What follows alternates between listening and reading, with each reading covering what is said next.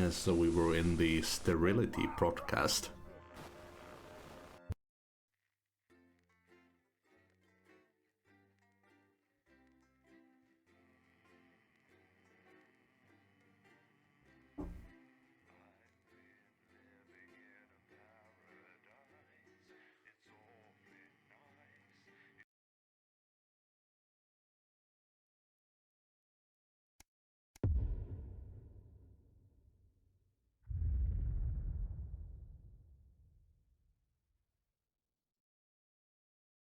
Winston, I know we don't see eye to eye on much, but things could be significantly worse. Why don't you try to muddle through for a change rather than your established approach of giving me a headache? If not for me, do it for the children, Alex. It's advanced as ill-conceived bring your daughter to work day today, so there's even more people than usual for you to disappoint.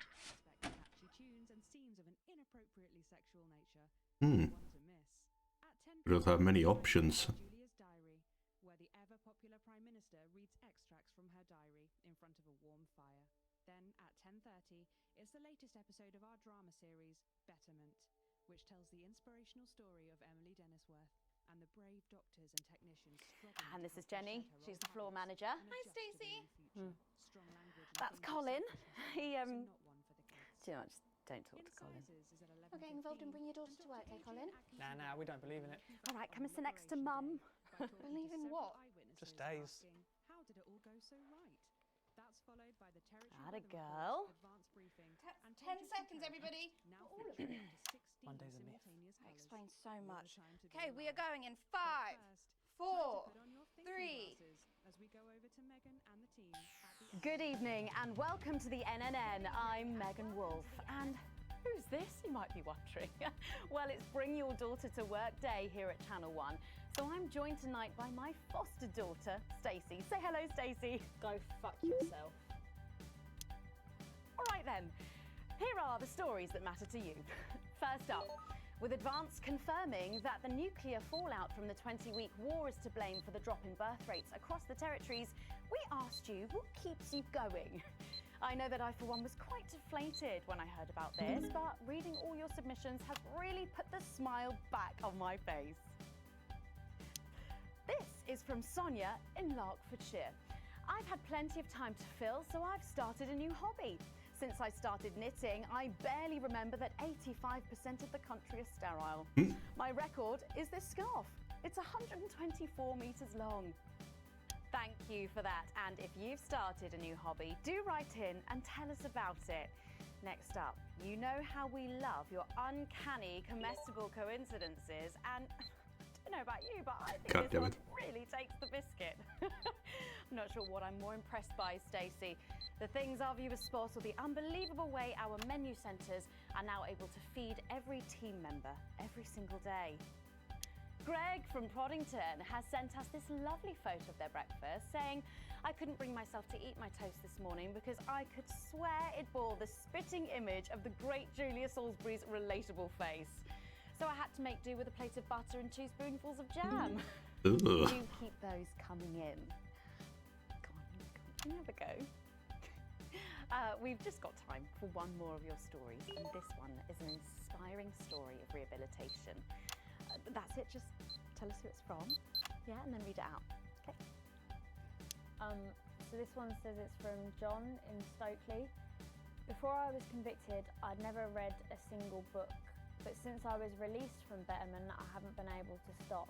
I'm even working at a library, and on our lunch breaks, Mr. Wordyworth spell checks my tattoos. We absolutely love hearing the way our neighbours and team members have been able to become better people. So do let us know your stories here. You can do this bit, Stacey. No, you're all right, thanks. Come on, give it a try.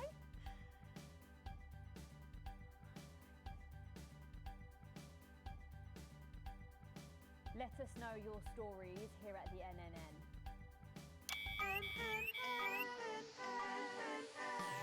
Right, bit of a change of pace coming up here. You'll need to use the SFX buttons for the next segment, but Advance have already selected when and what to use. Simple stuff. Just follow your government orders.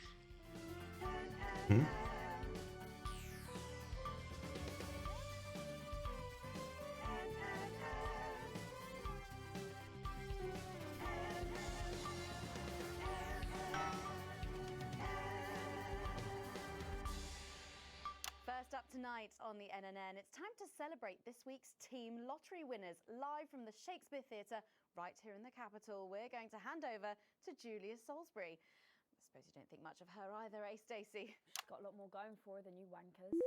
Okay, surprising vote of approval there from Stacey. Let's go live to that right now. Good evening, everybody, and welcome to this week's Team Awards. Of all the many duties I have as team leader, this is by far the most pleasant. As I so often say to you, the uneven past is now, following the demise of Disrupt, firmly behind us.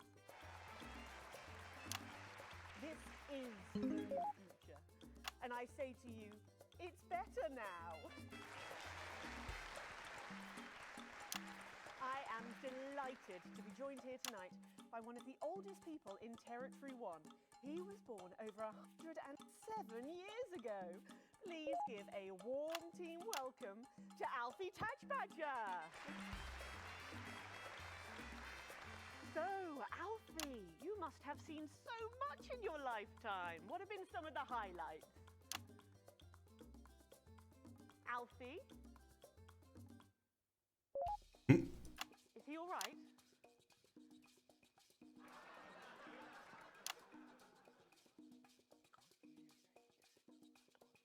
His hearing aid isn't turned on. Oh, could you turn it on?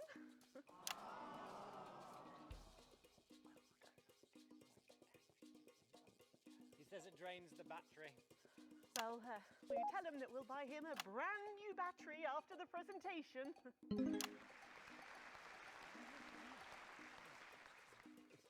Yeah, he says that's fine then.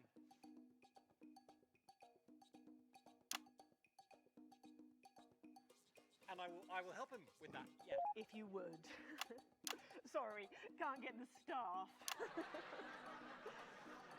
We got it.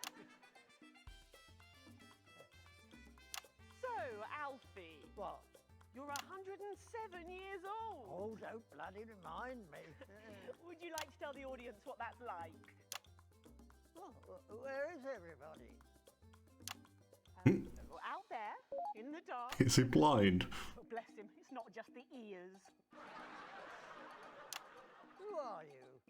2 sugars, please. I'm Julia Salisbury, the Prime Minister. I love this story. Who are you really? No, I really am the Prime Minister. Oh, you're Oh, no. A woman. Yeah, a woman. One of Women them. can do anything men can do these days, Alfie. Oh, can you piss standing up? I can't say I've ever tried. No, I didn't think so. 2 sugars, please, and not too much milk. Shall we get to the awards, Alfie? Oh, are you going to ask me about my life? Well, I'm not sure we have enough time left now for that, so... When I was 9, I wanted a pet, so I asked me mum and pap. There was no television then, back then, you know. We made our own entertainment out of coal and roadkill. Well, that's fascinating. So they got me a pet, see? But it weren't a dog. They told me it were a dog, but it were a stone. A stone? Yeah. So I called it Patch, which was a popular name for a dog back then on account of the king having a patchy face. And I decided to introduce him to pretty little Gertie Thimble, who lived up the road. Oh, how romantic. She threw my dog in the river. Oh, damn. So I decided I'd never marry. And that's the secret to your long life? Oh no, I've been married 7 times, divorced 8. There was a mix-up with number 3, see? Yes, I'm just lucky. Are we going back to the home soon? Soon, Alfie.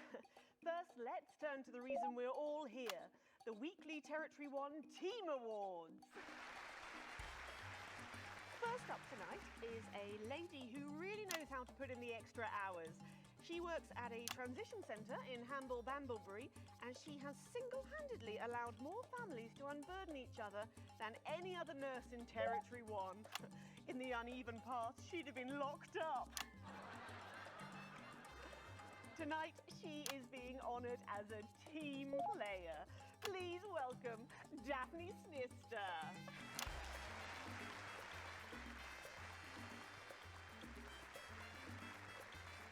Are you here to change me? Just give her a medal, Alfie. There's a good boy.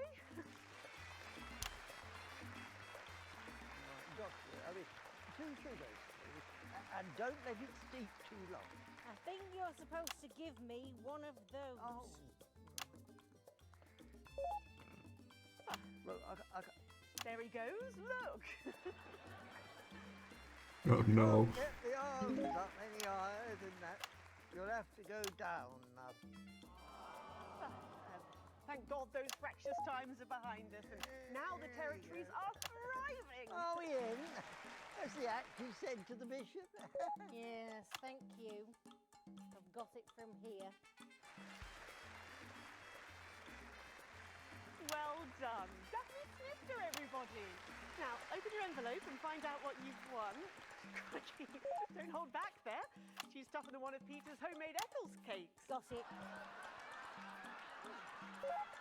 I've won a holiday for 2 in Territory 15. Used to be called San Palmerino, didn't it?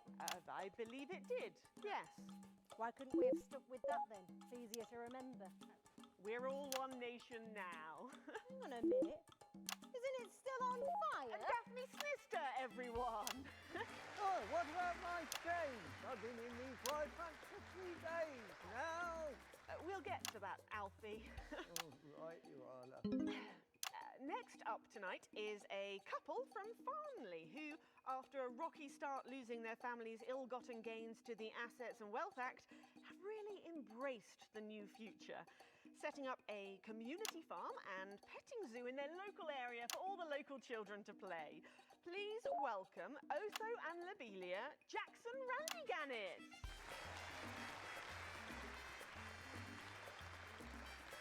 Medals, Alfie. You know, when I was in the trenches, I had a pal called Scotty Wilson. He was from way up north, so I didn't understand a bloody word he said. But he were my best mate. Should we just grab them for ourselves? Probably for the best.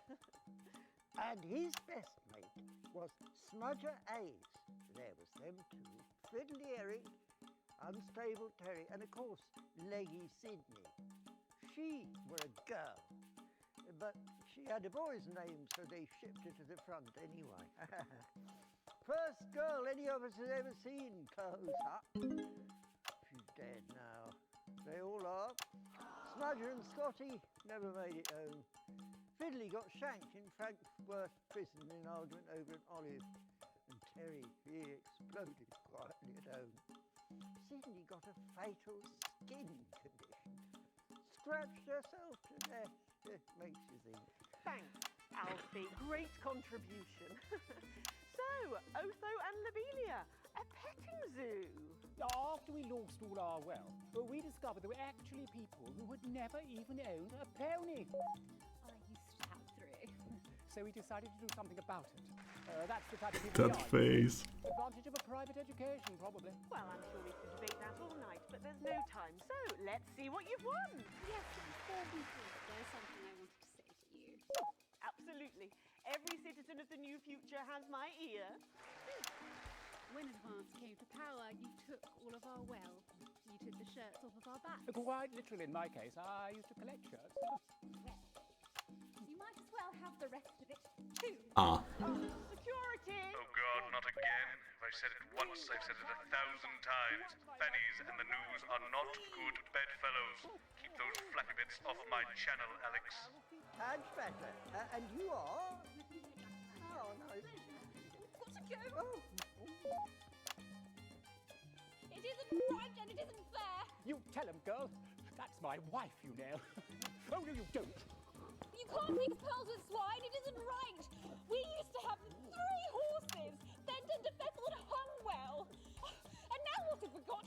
2 mangy goats, 1 mongrel dog called Kenneth, and a rooster that won't bloody shut up! Can we get this over quickly with, please? As the actress said to the bishop. Oh, here we go again.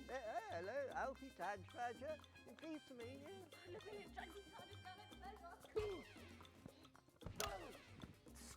them. Oh, don't worry, love. I'll protect you. Oh, Alfie getting it. You better break that ruddy nose.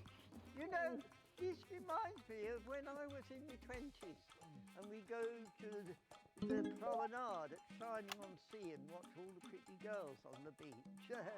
Everything was black and white then. Of course, we'd visit the Penny Arcade and try to win a block of lard to take home for the family. Oh shit! My lord, in those days, you had to win it. Oh, it was so much simpler. They're fucking killing them in the back. Boys were boys, girls were girls. Everyone else was recruited by the circuses. There were loads of them, you see, circuses, with their big tents and their candy floss. You'd hear the music, the pipe organ, drifting over the nearby fields. My mum used to call it the most magical sound in the world. This was before she lost her hearing after giving a particularly loud round of applause. Did you ever go to the circus? What's that, Alfie? The circus. Oh, never mind. Yeah, just a tea, pet. Well, that was an unexpected dose of naked nostalgia. Some people simply can't let go of the past. That's why I look in joy and fervent admiration at the younger generation. So cohesive, such a team. And with fertility falling throughout the territories, we should value our fabulous new generation now more than ever. Our final winner tonight is a go-getter who really went and got 'em, helping to root out more than 170 disrupt collaborators in his own neighbourhood.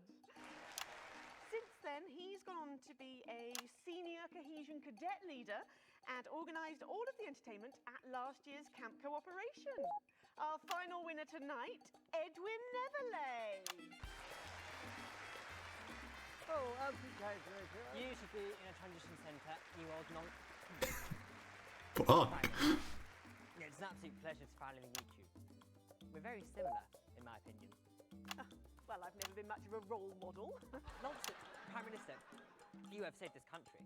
You have fought enemies, foreign and domestic, with an iron fist. As with my own tiny fists have I. Well, let's open the envelope and find out what you won. Maybe it'll be a fist enlargement.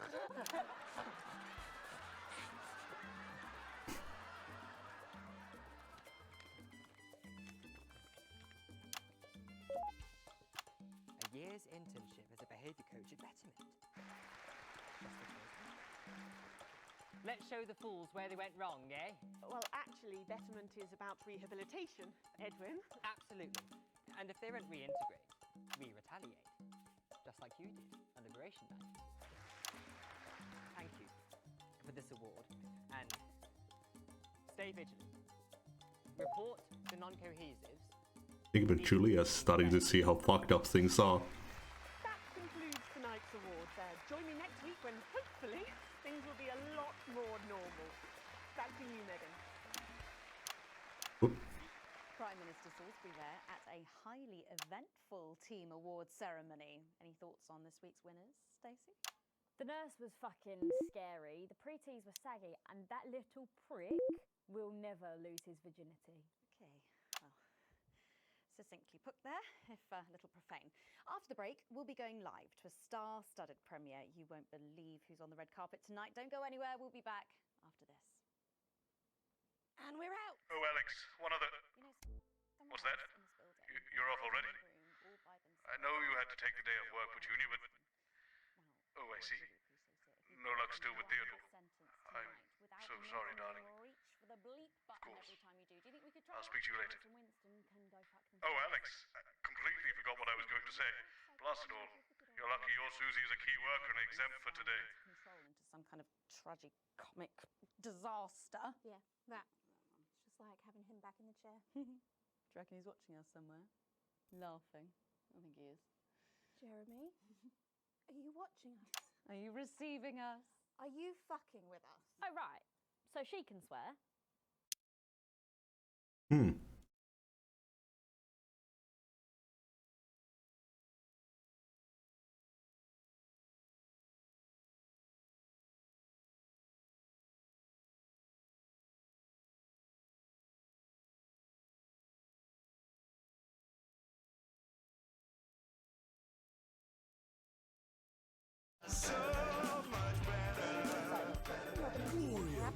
do have a Queen's View degree in journalism. Bet you wish you'd studied something useful now, eh?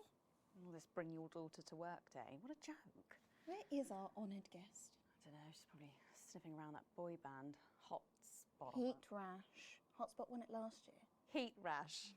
Oh, God, they're running out of names, aren't they? I hear the computer comes up with them, the songs too. Ah, there she is, and just in time too. That's 10 seconds, everybody. What have you been up to? What's it to you? And we are going in 5, 4, 3. Welcome back. Stacey's still here. Wishing she wasn't. Thanks, Stacey. And in this segment, we're delighted to have sent Robin and Patrick to the movies. Yes, tonight is the world premiere of The Automated, starring Lawrence Blunderclatch and the late, great Helena Canterbury Boatshoe. And all the stars are out tonight. We first covered this film almost 5 years ago, back when it was called The Medicated. Then, for mysterious reasons, the film was suddenly pulled the night before its release. Well, since then, executive producer George Focus has spent 5 long years polishing the film and turning it into a special edition and premiering tonight. With extensive state-of-the-art visual effects and a top-quality voice team, George says it's the movie he always wanted to make. Now, let's take a look at it.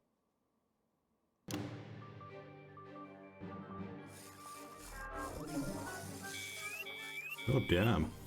I can't deconstruct it. Captain? I can't deconstruct it. Robots!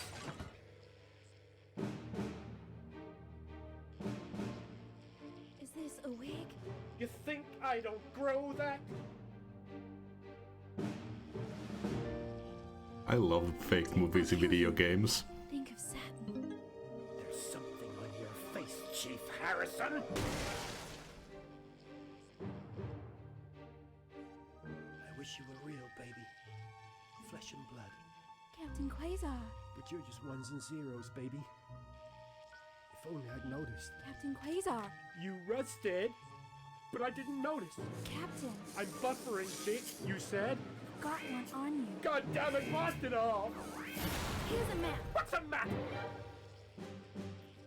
Okay, so head north on Interstellar Avenue, left at the asteroid belt, and a tricky three-point turn at Uranus. What are these symbols? This corner, this is the key. We could shut it down. Yes, we could shut it down! But we have to ask ourselves, who are we?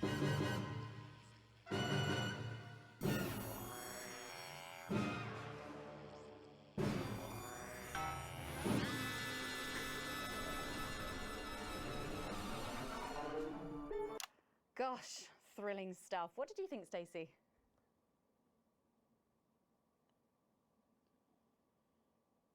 The robots were all right, I guess. They certainly were. Let's go over to Robin Short now in Western Square, who I believe has got the star of the show. Robin. Right, you, shall we? Yes, we are live from Western Square with a man who needs no introduction, Lawrence Blunderclatch. How has your evening been so far? Magical. Absolutely magical. My most dear friends all gathered here to celebrate my work. One really couldn't ask for much more, could one? Well, on that note, with award season just around the corner, are you hoping to add to your collection for a 3rd time? Well, I really couldn't say. But if the association deigned to honour me for a 4th time, well, so be it. It's really not for me to say. But let's just say that I know of 3 little gold men who are getting rather lonely. Absolutely. Because I've won 3. And 3 little awards. And each more deserved than the last. Well, it's safe to say that your career has gone supersonic in the last couple of years. How's that been? Well, as I was saying to Stephen only yesterday, that's Stephen Spellman. The Stephen Spellman. Lovely chap. I mean, unbelievable mind. I said, Stephen, you know, this really has been quite the ride. Did you know what he said? He agreed with me. Wow. And what do you attribute your success to? Well, if we're talking actual numbers, I'd have to say 60% talent, 30% looks, and 10% passion, brackets general. Not to mention the incredible coverage on election night. That really was the start of it all. That and my own range of sick bags. Lawrence's Chundercatch.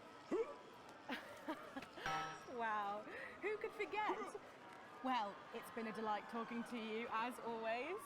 Thank you so much. Well, Patrick Bannon should be with Lil C for a conversation that doesn't involve vomit. Patrick? Thank you, Robin. Fingers crossed. I'm joined here by pop icon. It's Lil C. And her father, country singer and alien worshipper, Billy Bob Jean Short. Howdy. So, Lil C, what's with the bag? She knows what she's done. Well, we love this look. Is it one of yours? No, you know it's not. We don't do that anymore. Yes, of course. Your clothing label went bankrupt, didn't it? Yes, because a certain TV show failed to fulfill their contractual obligations. Well, you look great. Oh, well, that's probably due to her new cosmetics and wellness brand. Well, I'm not sure that it is. Let her show you. This is our new eyeshadow palette. She calls this one Glands. Wow, it's scented. Wow, that was a surprise. And this next one, this is our new lipstick. We call this shade Lips. Oh, wow. Why are you so salty? It's organic. And this, our next one, this body spray, this is a body mist which rebalances your hormones and actually smells like fertility. Oh, God. Right, yeah. Wow. You feel that? Yeah, that burns. All this is part of Lil C's new range, straight from my veins. Oh, good lord. Breeze Craglar! So, you're retiring from the music industry. That must be hard. Well, she's way past her prime, Patrick. It was very hard for her to accept at first, but the industry's very, very sure about these things. Well, you sure we can't convince you to release just one last album? We do actually have another album ready, but that's for the label to release in case she dies over the next 10 years or so. Oh, really? Well, given the way she's going, you might get it by Christmas. Well, we better let you get back. Now remember, we need the money. So, she's also available for parties, weddings, funerals, and bar mitzvahs. Well, thank you, Lil C. Oh, Jesus. That's Lil C there. Oh, and it looks like Robin has got hold of Jesus. Is it obvious I'm sweating, Robin? It absolutely is, Patrick. Jesus, how are you? Yeah, you know, I'm good. I'm great. No thanks to you, silencing me, silencing the truth. Are you referring to your attempt to incite violence against the democratically elected leaders of this country on live TV? Yeah, exactly. And instead of being held a visionary, my management and agent, they all dropped me. Oh, no. You can't break me when you didn't make me, you understand? See, I'm the voice. I'm the hope. You can lock me up, call the doctors, but only the moon can judge me. So, what have you been up to since your team cut ties with you? You know, keep building, keep moving. I'm actually working on a track right now. Written, recorded, directed, all by myself. Can we hear a bit of it? Well, no. I know I'd love to hear it, and I'm sure the people at home would love to as well. Yeah, sure, of course. Give me the mic. Yo. The news tried to shut my mouth, but it won't be long until they go south. Cause my name's Big J and you can't stop me. See, no censorship can stop me.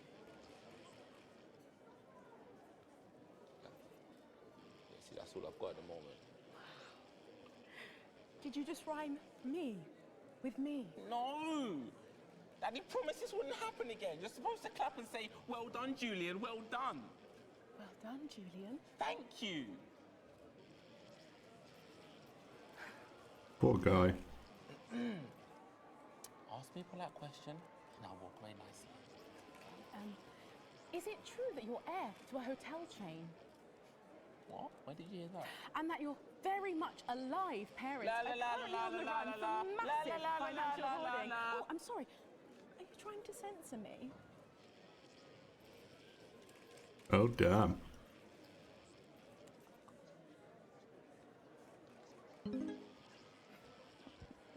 Oh, Jesus there, who really does seem to be going from strength to something. There are just so many stars here tonight, Megan. It really is the who's who of whatever here. I'm going to see if I can grab a moment with someone rather special. I hope you're not too jealous, Megan. Back to you. Thanks, Robin. But I think Stacey and I are probably in quite enough trouble where we are. So, 3 big names there, Stacey. Yeah, big names. Any thoughts about them? Maybe from your generation's perspective? You won't like my opinions. Oh, go on, try me. Well, Bumbalonk is so old he's like 1 week away from a transition centre, so who cares? And Lil C was cool when I was like 12 or something, but now she's just another fucking loony. And Jesus is a disrupt-loving wanker who should have died with the rest of them 3 years ago. You're right. You agree with me? No, you're right. I don't like your opinions. But thankfully, we can go back to Patrick now, who has another familiar face to catch up with. Oh, Patrick, what's the atmosphere like there? It's absolutely buzzing here, Megan. The anticipation is killing us. But a little birdie's told us that any moment now we should get a glimpse of someone incredibly popular with our viewers. A favourite destination for many of the fans. Yes, the Mayor of Bumley will be arriving literally any second now. No sign of him yet, but as you can tell, the atmosphere here really is something else. Patrick Bannon, NNN, what's it been like since Bumley got so popular? Well, it's been wonderful. The tourism numbers have exploded thanks to the marketing campaign. Investors have ploughed millions into the town. We've got more Bumleyan jobs. It's brought more Bumleyan homes. We're all very grateful. Of course, it's not all bums and roses. It's almost impossible to get a good look at the whole these days. Crowds are unbelievable. Who can blame them? It's a bloody marvellous hole. And how have you found public service? Well, to be frank with you, it's been the greatest honour of my life to serve the town that I love so dearly. From the banks of the graceful Taint to the quiet elegance of the vomit-soaked car park outside the 24-hour petrol station. It's been a privilege. A pleasure. Oh yeah, is this the smelly town? And I can't thank the mayor enough for all he's done. Let's talk to the mayor now. Excuse me, sir. Can you tell us a bit of what it's like to be elected to such a prestigious office? And do you have any words for your legions of fans out there? Stoic. But I'd vote for blistering them. Honesty from the Right Honourable Peanut T. Fortescue there. And his PA. A proclamation. Quickly, bring your policy bag. Yes, sir. We'll get it ratified at once. Well, there you have it, Megan. What an honour to literally see local government at work there. I'm still in shock. Back to you at the studio. Thanks, Patrick. What a colourful interview there on what looks like an amazing night. They certainly know how to make an entrance, I hope. And the automated really does seem to have unstoppable written all over it, because despite Boris Horsey in Hours magazine calling it Lawrence Blunderclatch's overly long suicide note, in a review which ends with the words, "and he hasn't even had the decency to see it through," the film, which is free to all residents of the territories, has seen record pre-bookings and looks set to run for months and months. But let's go back to those lucky few seeing it tonight. Oh, I'm so jealous. Robin. Only if you would count an ant colony doing a dance number. I know, I can't believe it either. And joining me now is legend of the pitch and of the headlines. It's former footballer. Sorry, I don't talk about football. Ever. Joining me now is Johnny Hams. No, sorry, excuse me, Reverend. Sorry, I'm going to have to book you for that one. My apologies again. So you are now the leader of a... It's a personal development program that promotes growth through sports-based systems improvement. Right, and tell us about this programme. How does it work? Simple, really, Robin. New members start in Division 1 and through intensive 90-minute courses can accumulate enough points to get into the playoffs to gain promotion to the Better League. And if you don't get enough points? Relegation. Well, you wouldn't want that, I'm sure. So what kind of teachings are in your programme? Start with your basics like your PPRPs and your boot studies. Move on to the more advanced stuff like the offside rule. Johnny, will you tell our viewers at home what it's like? Sorry, you've been warned. Shocking behaviour, and that's you banned from the next 2 interviews. Oh, well, I guess I better hand back to the studio then. I'll hit the showers and then get a stern dressing down from the manager in the changing rooms. Back to you, Megan. Thanks, Robin. Lucky you, and enjoy the movie. The Automated opens in cinemas across the territories this weekend. What a star-studded event, eh, Stacey? Who cares? No one goes to the cinema these days. Of course. We'll be back after these messages. I still go to the cinema. You should get yourself a video recorder, like the one at the home. Yeah, I've got a video recorder. It's just not the same, is it? You're right, it's better. No unevens chatting and chewing all the way through. Oh, what about a kiss and cuddle on the back row? Doesn't that happen anymore? In public? What's wrong with you? Nothing. Nothing's wrong with me. Feeling better? All right, you are. I've got to get set up for heat rash. I think Ronnie's on something. I know he is. It was on his rider. Apparently it's medicinal. Ronnie's always high. Give him orange juice. My God, she speaks. He's a stupid cunt. And just like that, you wish she wouldn't. We seem to be a bit bunched up at the end. Oh, don't worry. It's Soko. It's what now? It's... Oh, here's Megan. She's going to be interviewing you. Hello. Hi. This is her... this is Stacey. Well, hello there, Stacey. Fuck off, Ronnie. Right. No, I'm sorry, but if we can't be polite, you're going to have to wait in the dressing room. Whatever. Do you want to go and wait in the dressing room? Hmm? No. No what? No. Thank you. Okay. And sit up straight. What the hell is that hairstyle? That's 10 seconds, everybody. No co. Fucking right, Noko. What's that? What's no? Bring in 5, 4, 3. Welcome back. For our final segment tonight, Stacey and I are delighted to be joined by Heat Rash. Their new album, Girls and Why We Love Them All, comes out this weekend. So, let me see if I can get this right. It's Nolan. I write the songs. Ronnie. That's what it says on my tattoo. Oh, you've got a tattoo of your name on yourself. Okay. In case he forgets it. This raconteur, you must be Chinny. Stop. Why do they call you Chinny? It's because of this ugly old thing. I don't know what you mean. God, you're so fucking embarrassing. Dale. Crikey, Dale, you do not look old enough to be in a band. I get that a lot. I'm actually 23, the oldest one. I have a growth disorder. God, I'm so sorry. I didn't know that. It's Soko, Preeti. He's only messing with you. He's actually 58. Okay, right, I see. You're going to be a handful, aren't you, boys? Mum. And you must be TP. What does TP stand for? Tiny prick. It stands for team player. I see. How long have you had that nickname? Ever since Nolan decided Terry Pronos was a shit name for a member of a boy band. No co, Ronnie. Yeah, no co, Ronnie. Sorry, what does no-co mean? It's the opposite of Soko. Fuck's sake. Soko. Yeah. So cohesive. You preties say cool. Right, okay. Thank you, Stacey. Sorry about her. Not your fault. She's uneven. So, you guys met through a popular show on one of our rival channels, didn't you? Yeah, Team Players with a Z. So, how did that work then? Well, actually, Dale and I knew each other from school. We were actually classmates. And Fuck's sake, Nolan, mate. Give someone else a chance. We all went on Team Players. We all auditioned. The judges put us into bands. And, yeah, we went to their houses and they just put us into bands. It's an example of how we're greater than the sum of our parts when we work in harmony. And occasionally singing it.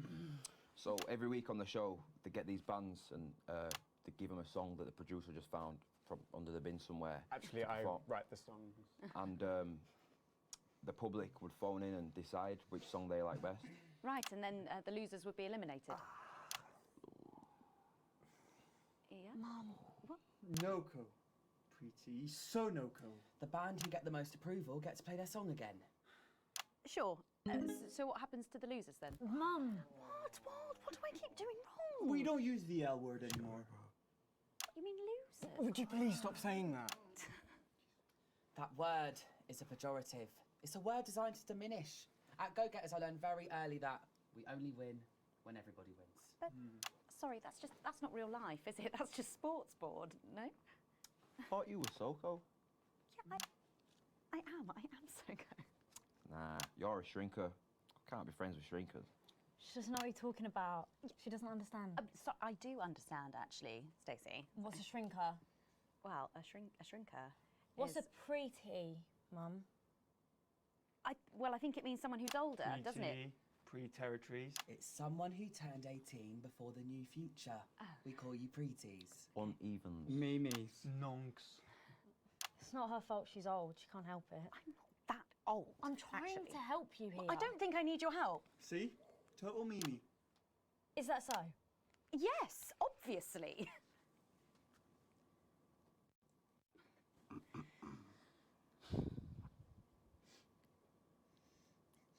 You know what the real problem with you lot is? You just can't get over the fact that your beloved Disrupt are gone and you just don't fit in anymore. But the truth is, Disrupt were violent, no-co pricks being led by a fucking psycho. I'm glad they lost, and you should be too. Listen, not everyone over 30 supported Disrupt, Stacey. Not everyone, no, but one fuck-off lot of you did. Soko, Stacey. Soko. We've all learned maybe a little bit more than we expected to there. I'm genuinely delighted to have met Heat Rash. And before we end the show tonight, I think you're going to sing for us, aren't you? Yes, that's right. We're going to sing a song from Girls and Why We Love Them All called Pieces of My Heart, which is about a real relationship I had with an actual girl. Oh, Nolan, give it a rest, mate. No one cares. Go on, let's get on these stools, lads. Right.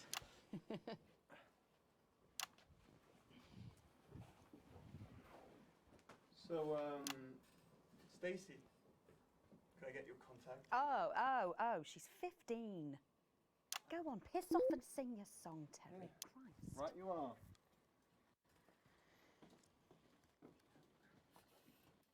So, here they are with their latest single, Pieces of My Heart. Are you excited, Stacey? Not for me, no. I only listen to blip music and a bit of jizzcore. Pop music is... Yes, I know I meant to mention this earlier. Apparently these newfangled boy bands change singer all the bloody time. Try and follow along, eh? Keep the shot on whoever is currently singing the lead vocal. Oh no.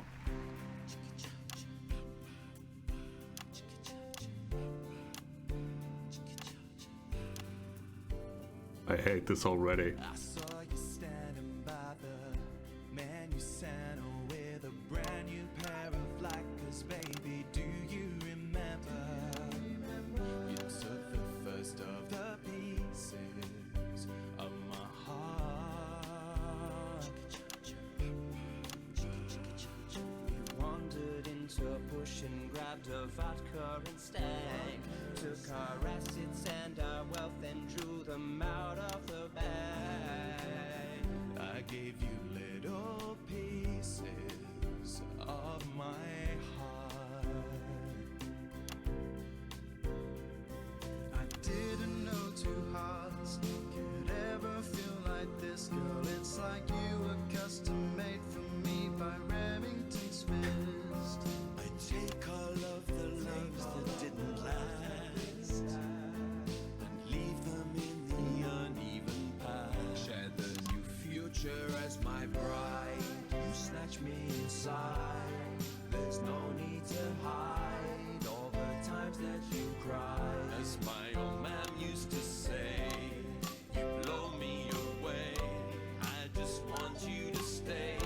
I don't want you to pay. You make me crazier than today. On Liberation Night, girl, I was sitting beside you. We sat there shaking all the way through incisors. We held each other as things fell apart.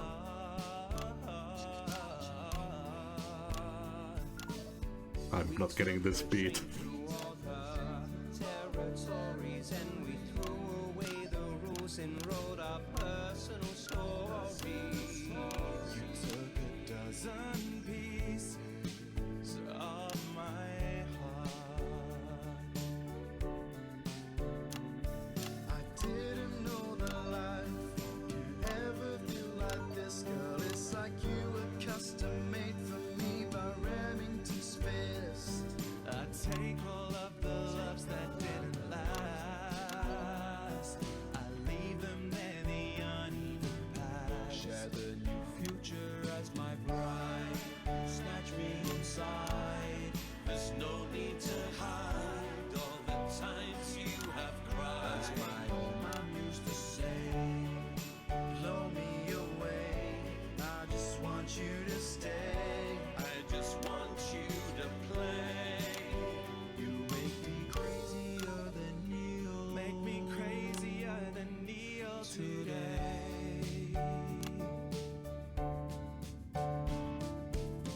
And now I'm staring at your membership card. There's your picture beaming brighter than a handful of flaws. I'm trying to find the pieces of my heart and leave them in the uneven parts. Share the new future as my bride. You snatch me inside. There's no need to hide all the times that you cried. As my old man used to say, you blow me away. I just want you to stay. I just want you to play. You make me crazier than Neil. Crazier than Neil. Crazier than Neil today.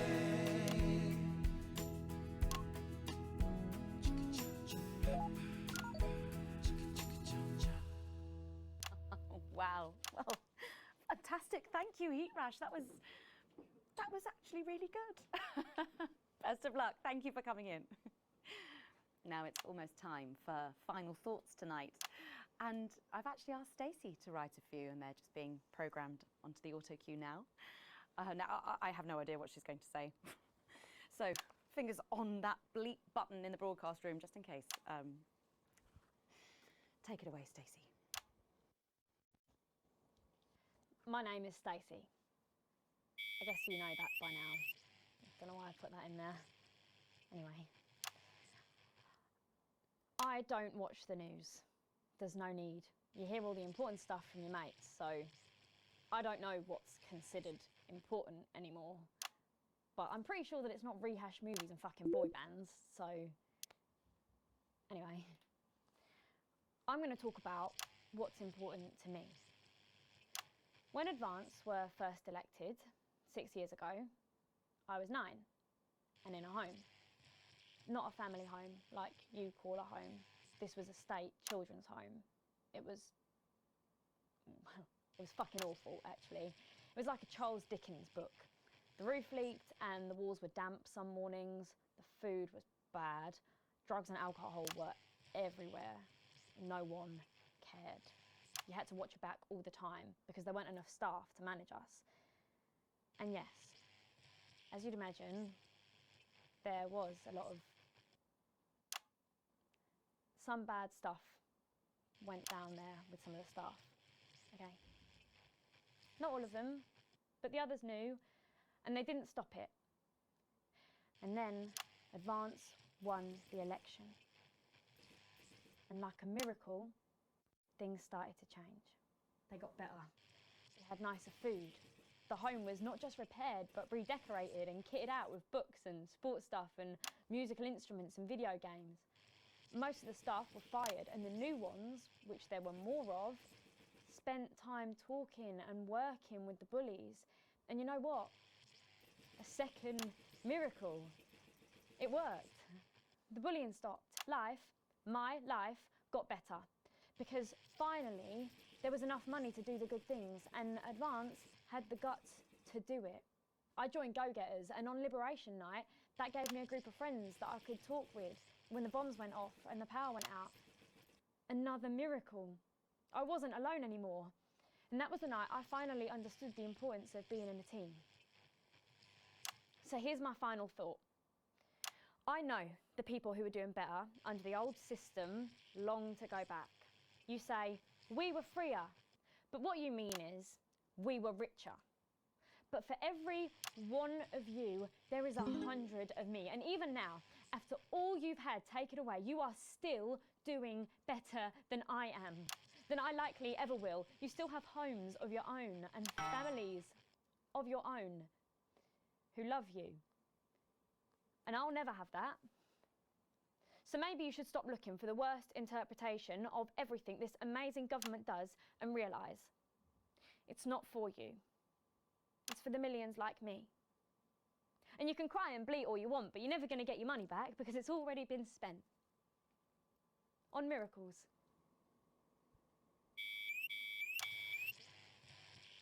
Wow, thank you. Oh? Stand by. Let's keep making tomorrow better. And we're out. Is that all right? Yes. Yes, that was more than all right. Nicely done. I think you might have actually given them something to think about. So I guess you're going to be taking me back to the home now then? I was thinking we could go out somewhere and, I don't know, have a meal, talk about our options, if that's okay. Of course, Miss Wolf. Security will be standing by. Thank you. So they're always there then? There was a thing a few years ago now. Oh, with that Jeremy bloke? I heard about that, everyone did. Were you here back then? Doesn't look old enough. She's growing on me. Yeah, she does that.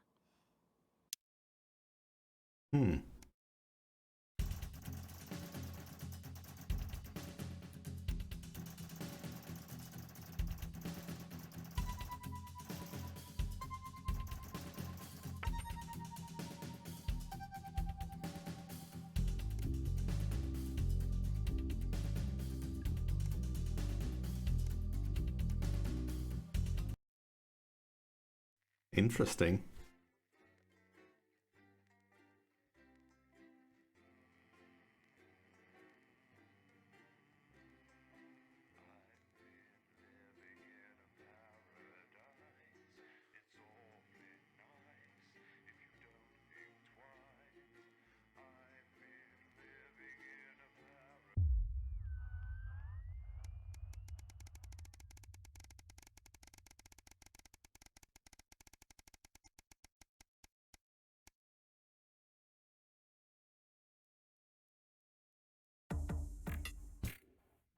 You once again find yourself sitting inside Postman's office. Everything is pristine and orderly, just how the fastidious man likes it.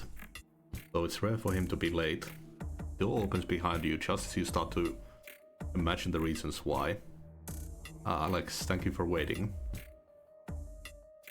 Been almost 6 years since you started working with us, Alex. A lot has happened in that time. From the unfortunate incident with Mr. Donaldson to the disrupt attack on this very building. He pauses to look at you. You meet his gaze. Well, you've done some pretty good work in that time. I just wanted to say keep it up. But also that you'll need to work a bit harder if you want to go anywhere in Channel 1, Alex. I understand I can do that. Capital, in which case, best to get it, eh? The dismissal in his voice is clear, so you head back to your studio and get back to work. Just how much more could you actually be doing? Is Postman asking too much of you?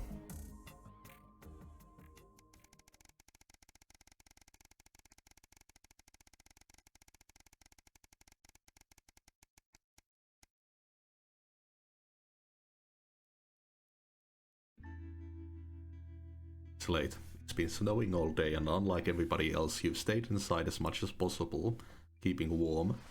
Normally you enjoy the snow, but today it's been nothing more than an irritant. Till tomorrow you've got the day off and might actually be able to enjoy it. Sam always gets excited when they see the snow. When they were younger, they'd always wrap the kids up and take them out to play in it. Been a while since that's happened though. And the new place still doesn't feel quite as cozy, especially as you can't afford to put the heating on. Sam bustles in from the cold carrying some groceries. I could use a hand please, lots of stairs from here to the car. Their arms are full and they're clearly struggling to get everything into the kitchen, but then you have been at work all day and you've spent most of it at home as usual. Sorry, of course, I'll be right there. As you rush over to help them with their bags, Sam shoots you a grateful smile. I got most of it, there's just a couple more left downstairs. You head out getting most of the way to the lift before you remember it's out of order. Yeah, so that argument would have gone nowhere. Just us being dicks. When you grab the bags, you realize Sam has picked up everything to make fajitas, your favorite. Well, it's not all that bad. Ooh, I've never had fajitas. Forget the weather and the unpaid bills as you cook in your delightfully tiny kitchen, laughing together like you used to. For the first time since moving in, you think as Sam flicks sour cream across the table at you, you're making happy memories again. Money isn't everything.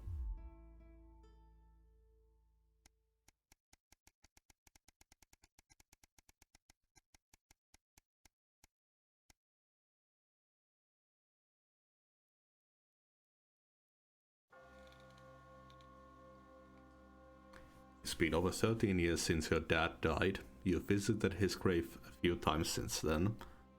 Normally during times of stress, or when you're trying to figure something out, or when you just want some peace and quiet. Today is no different. You feel Sam's hand on your shoulder giving you a reassuring squeeze. You're grateful that they're still here with you. Just having them by your side always seems to make things easier. The call of a raven catches your attention as it flies away. Charlie was only 8 when his grandfather died. He didn't really appreciate how big the loss was at the time, but as he got older you did your best to pass on what your dad taught you. But now he's all grown up. He's actually starting to teach you, which is strange, but in the nicest way. You're proud of the man he's now become. Lucy, despite everything she's been through, is still a rock for the rest of you. She'll be a great mother to the twins. They couldn't have found a more loving home. Oh, did she adopt? There have been a lot of arguments over the years, but you wouldn't change a thing. You're still amazed at how far your daughter has come. She's one of the best things in your life. The relationship with Chris has always been a bit up and down, but of late you seem to actually be getting along. It makes a nice change and has certainly made life easier with Sam. But that's family. You've got to take the good with the bad. You may be in albeit expensive care home now, but it's still comforting to know your mother is around, even if she barely recognizes you anymore. Her presence is always reassuring. You could do with that now. You turn away and wander in the direction of the car. You can't control life, what happens, who lives and who dies. All you can do is keep going and see what gets thrown at you next. What is life if not a series of little decisions that define us? And we'll never know which ones would take us with one way, and which would bring us here. That we do.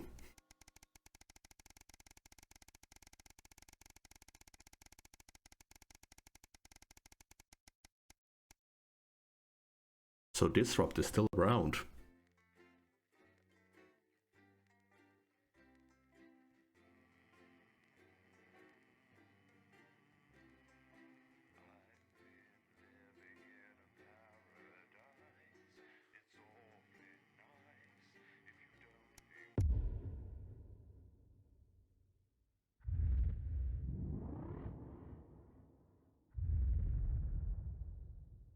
Right. Let's try and get through this last one, Alex. For old time's sake. I know Advance have allowed your equipment to fall into disrepair. It's all gone wrong since they took over. Not that the alternative was any better. Those dangerous bloody psychopaths at Disrupt. Still, the show must go on. One more time at least. Quick point before you start. We're still having a few problems with the machinery. Locking buttons, screens flickering on and off, sparks and the like. I'm sure you'll manage without issue. Oh, and don't forget, you've got free reign of the SFX buttons these days. Make the most of it. I'm sorry, no. Okay, no worries. How old are you then, Cole? Okay, here we go. Big smiles. I've actually gained a year. I celebrated 44 last year, but it's actually this year. It's brilliant. You're 44. I'm going in 5, 4, This last one. 3. Am I getting retired? Good evening and welcome. Spice it up with some audience responses, Alex. I'm Megan, and I'm joined, as always, by the inimitable Robin and Patrick. How are we? Well, we have got so much going on tonight. I'm excited. I'd say I'm about a 12, Megan. On the excitement scale. Yeah, exactly.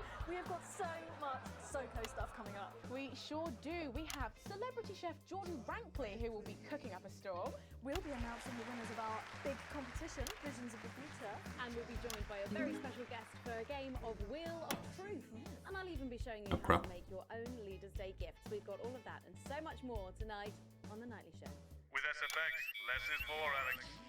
From the channel to you live. Life is not over. We have grieved our loss and we have hardened our hearts. We have lived with death and we no longer fear it.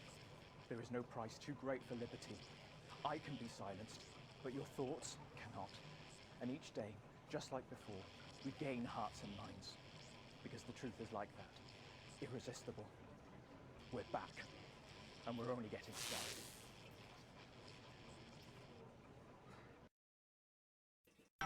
Right, let's have some applause on the way into the next section. Paces by Chef Jordan Rankley. But first, we know you love them, so Robin's going to give us an update on our lovely Nightly Show pets in Pet Corner. Splendid, that's the ticket. Well, Megan, first up we have our hamster, Lord Cheeks. Now, he's a squat winter grey with the scientific name Adipem stultus, and he lives here with us in this cage. Hamsters love hoarding, and they actually have special pouches in their cheeks for storing food. He loves carrots, apples, and chewing tobacco. What? Now, hamsters are nocturnal, so we'll do our best not to wake him up. But let's just see if we can... Oh. Well, the door has been left open. It looks as though Lord Cheeks has actually gone for a little wander. Oh no. But I'm sure he will be around here somewhere. Please don't kill it. In the meantime, let's say hello to our tortoise. Now, after last month's viewer vote, she is now, of course, called Slow Barbara. And don't panic, even though it is December, Babs here doesn't actually hibernate. Let's say hello. Oh, she's sleeping. Oh, Babs. Well.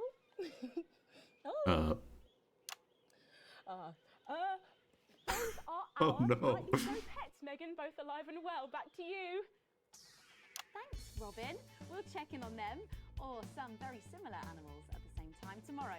Now then, I hope you're hungry, because if not, you're about to be. Patrick Bannon is with Chef Jordan Rankley, and they're going to be showing us how to knock up a delicious apple pie. It's time to go into the kitchen. That's right, and I'm joined here Oops. by Chef Jordan Rankley. Welcome to the Nightly Show kitchen. How does it compare to the kitchens you're used to? I love the colours. It's vibrant. It's fresh. It's shame about all the arseholes. God damn it. What? So, Gordon Ramsay standing. 6 restaurants, you've been awarded 9 Ballon Massifs across your career, and you've worked alongside the best chefs in the world. Tonight you've got me. Oh, are you worried? Am I fucking worried? Are you worried? He's doing good. Are you fucking worried? Yes. So, what are we making today, Chef? So, we've got a family over for Leaders' Day. They're hungry. We're going to make them a delicious apple pie. Ooh, lovely.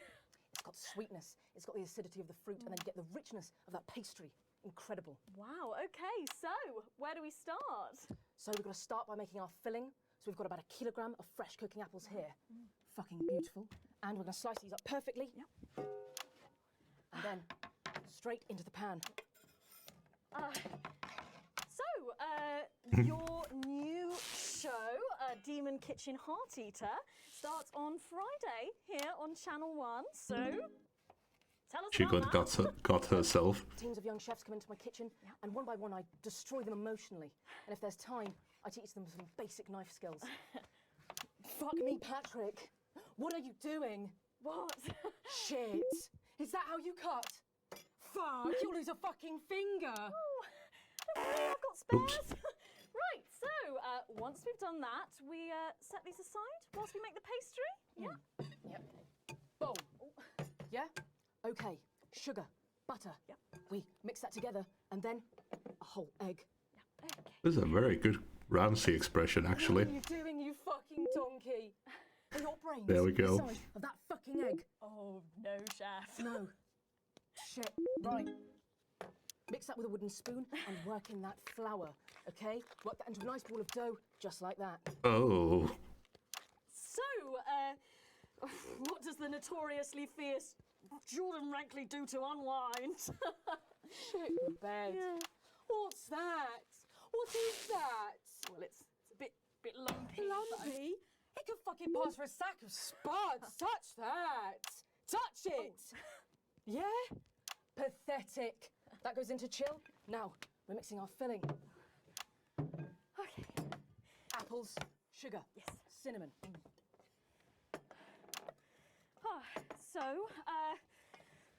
You own 6 restaurants across 5 territories. Which is your favourite? Are you mixing that or fucking it? What? Are you going to light a candle? Take it out to dinner? Fucking mix it for fuck's sake. Right, now we're rolling out 2/3 of our pastry. God. Bit of flour into the dish. And the filling goes next, right? Absolutely right. Goes next. Ooh, right? finally. Do you remember how it feels to be informed? To feel connected to what has happened in the world? Do you remember Jeremy Donaldson? Because I do. I remember how he died. And now I watch this excuse of a program and I realize he was 100% right. Disrupt's first martyr died protecting this show. If he could see it now, he'd wonder why he bothered.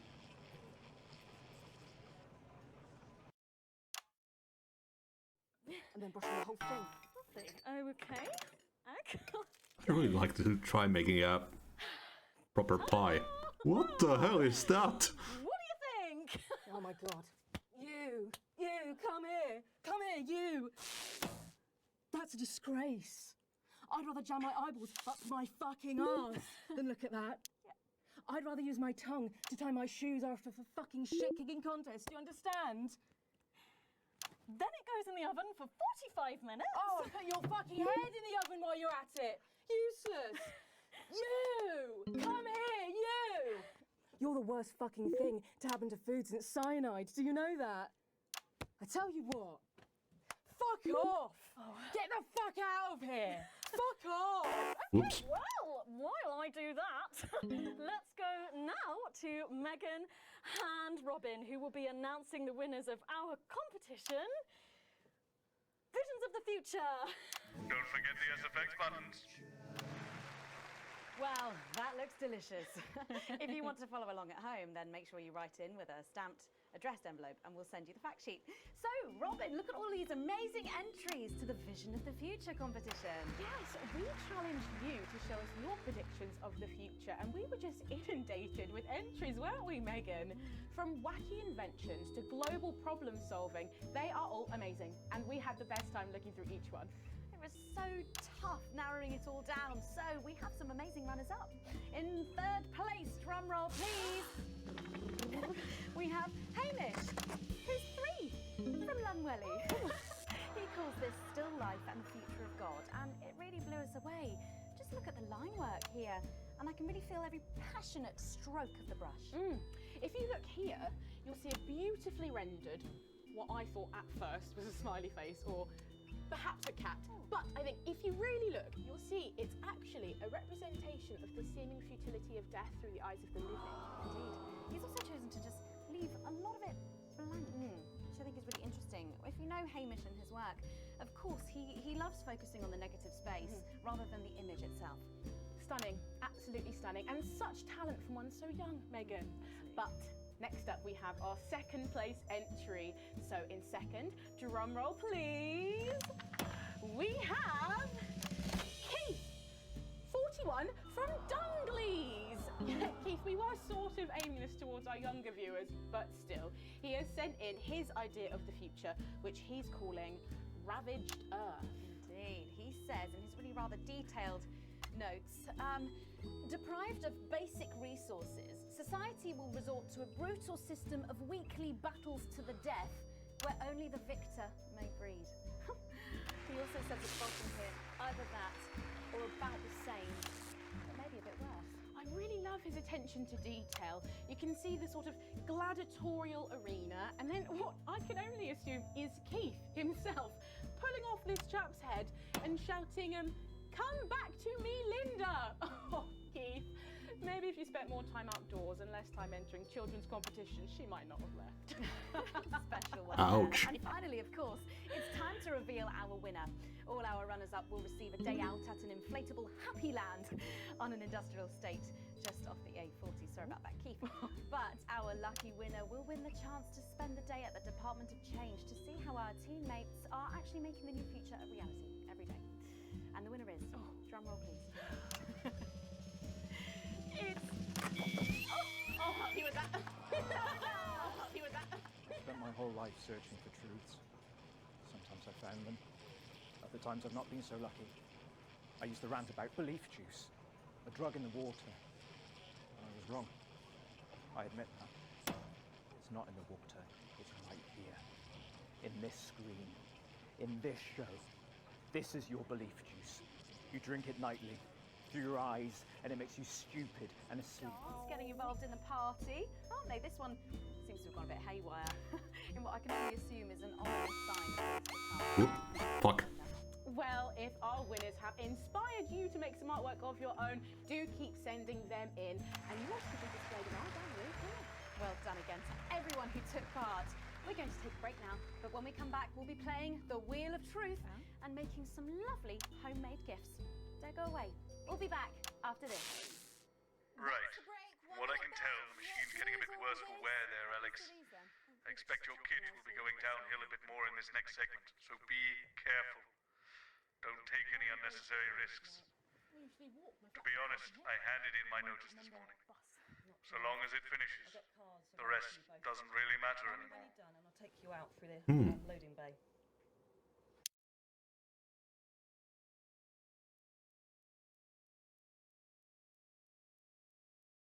Territory 2, who saw an unbelievable 191 births today. For propaganda. Nasty cold snap brings bitter winds overnight, so not all sunshine and rainbows.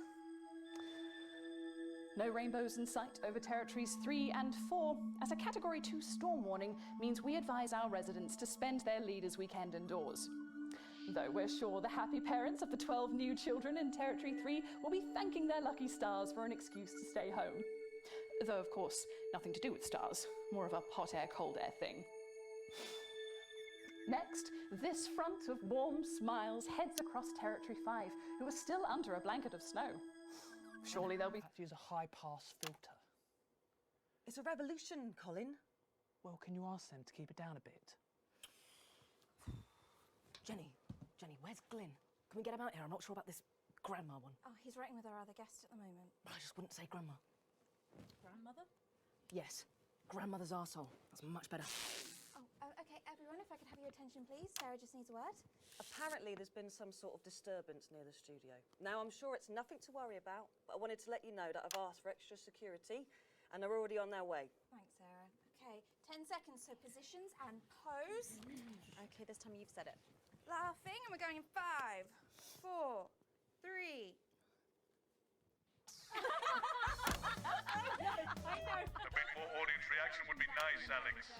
We were just saying we can't wait to taste Patrick's pie. I don't know, I think I could wait. Well, here it is, fresh out the oven.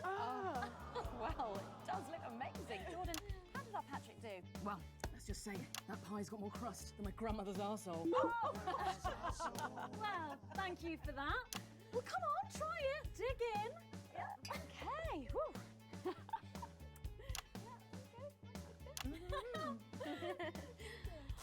That looks so weird. Oh my god. Oh lord. Oh, that's really something, Patrick. That's delicious. But now you better go and get ready for that next feature. Every night we play a game of Wheel of Truth with our celebrity guests. But I know what you're thinking. Megan, we've only got one celeb guest. Well observed, viewers, well observed. Well then, I better bring her out. Should I? The surprise guest? What do you think? Here she is, best-selling author, lawyer and thinker. I mean, she's only the bloomin' team leader. It's Julia Salisbury. Prime Minister Julia Salisbury. Oh, welcome, Julia. Darling. So good to see you. Oh, Megan, you look incredible. Stop it. I was just about to say the same thing. Now, don't get too comfortable. It's time to head over to Robin and Patrick as we play Wheel of Truth. Has the audience gone to sleep? Remember the SFX buttons.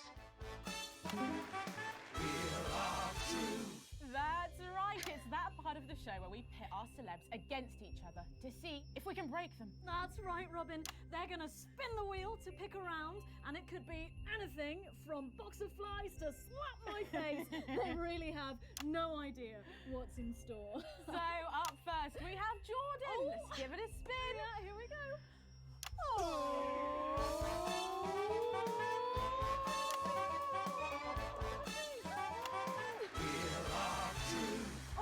Okay, let's see what you've landed on. Okay, it's fact or fib. Jordan, is it true that you've been known to order takeaway for a dinner party and pass it off as your own cooking? It's one fucking time. One time. Well, I think if that pie was anything to go by, you did them a favour. Oh, not so fast there, Julia. That's all fib.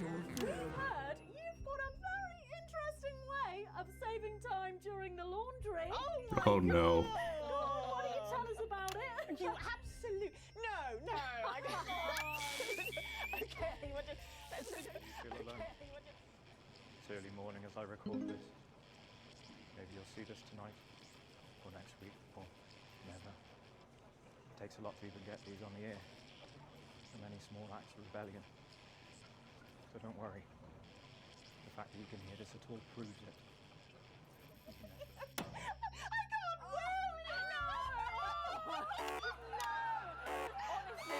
Ah, crap, I keep forgetting to check that after the Disrupt broadcasts. We'll sort you out. Are you blushing, Patrick? Is all this talk of bras embarrassing you? I mean, I'm not blushing. Come on then, you, Julia. Spin the bloody wheel.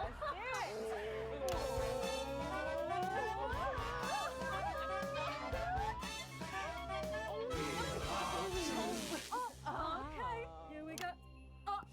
It's Guess That Face. I'm going to show you a picture and you simply have to guess that face. Okay, you ready? Here we go. Julia.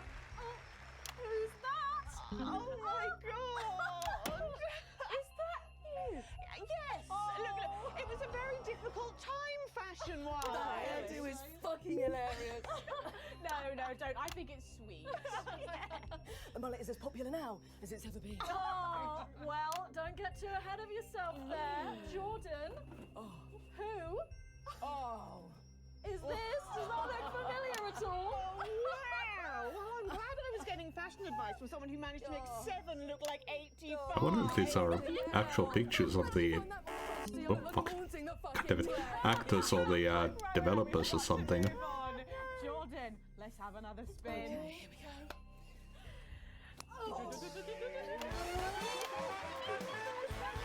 It's probably the worst broadcast so far I've done.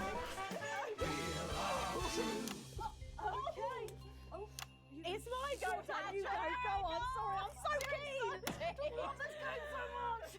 Well, you're in for a treat. Yeah. It's fact or fish. Okay, if you look under your podiums, you will find a lovely fish smoothie.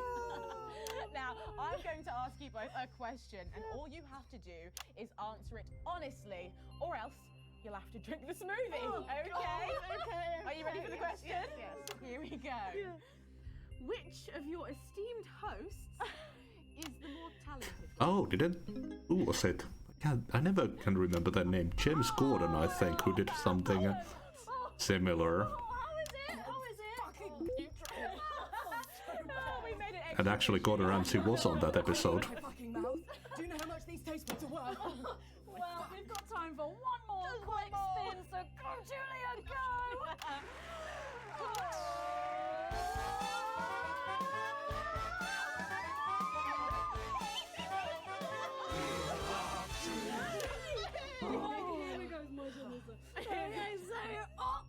Julia, take a look in that box under your desk there.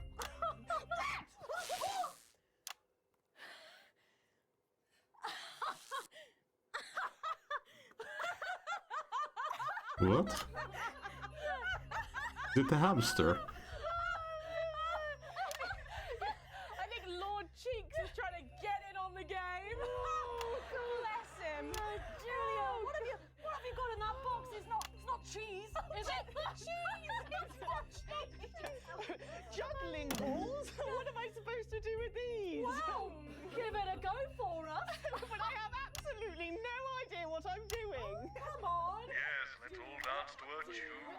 Dance, puppets, dance. Oh. Postman is starting to sound very, oh fuck, disruptive.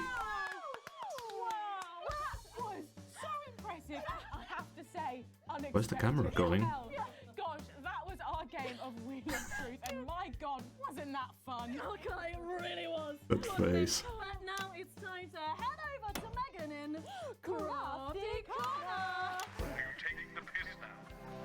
That's right, you join me in Crafty Corner, where today I'm going to be ably assisted by Julia. Come on over here.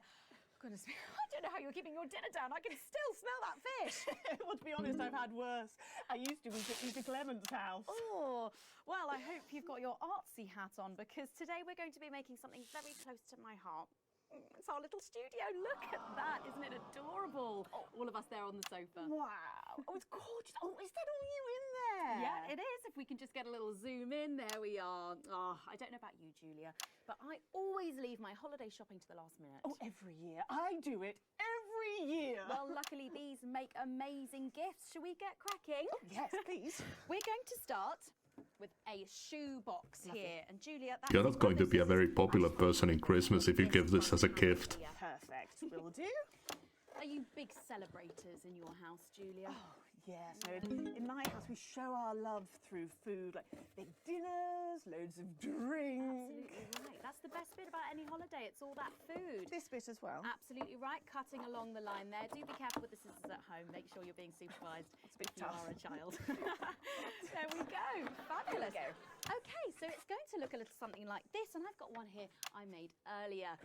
We painted it with a bit of poster paint, white to match our lovely curtains here in the studio, but you can obviously have whichever backdrop you like. Like a nice shiny gold number. Well, exactly right. So we're going to make bits of our set now to put in the studio, perhaps a little desk. So I'm just going to grab this piece of card. I've just got it from a little cereal box packet. I think I'll give you this one, Julia. Shall I? thank you There so you go. much. And all you need to do is cut along the lines Lovely. there. Fabulous. So what's the best part of any Leaders' Day dinner, do you reckon? I don't even have to think about it. Really? I love the 3 potato pie.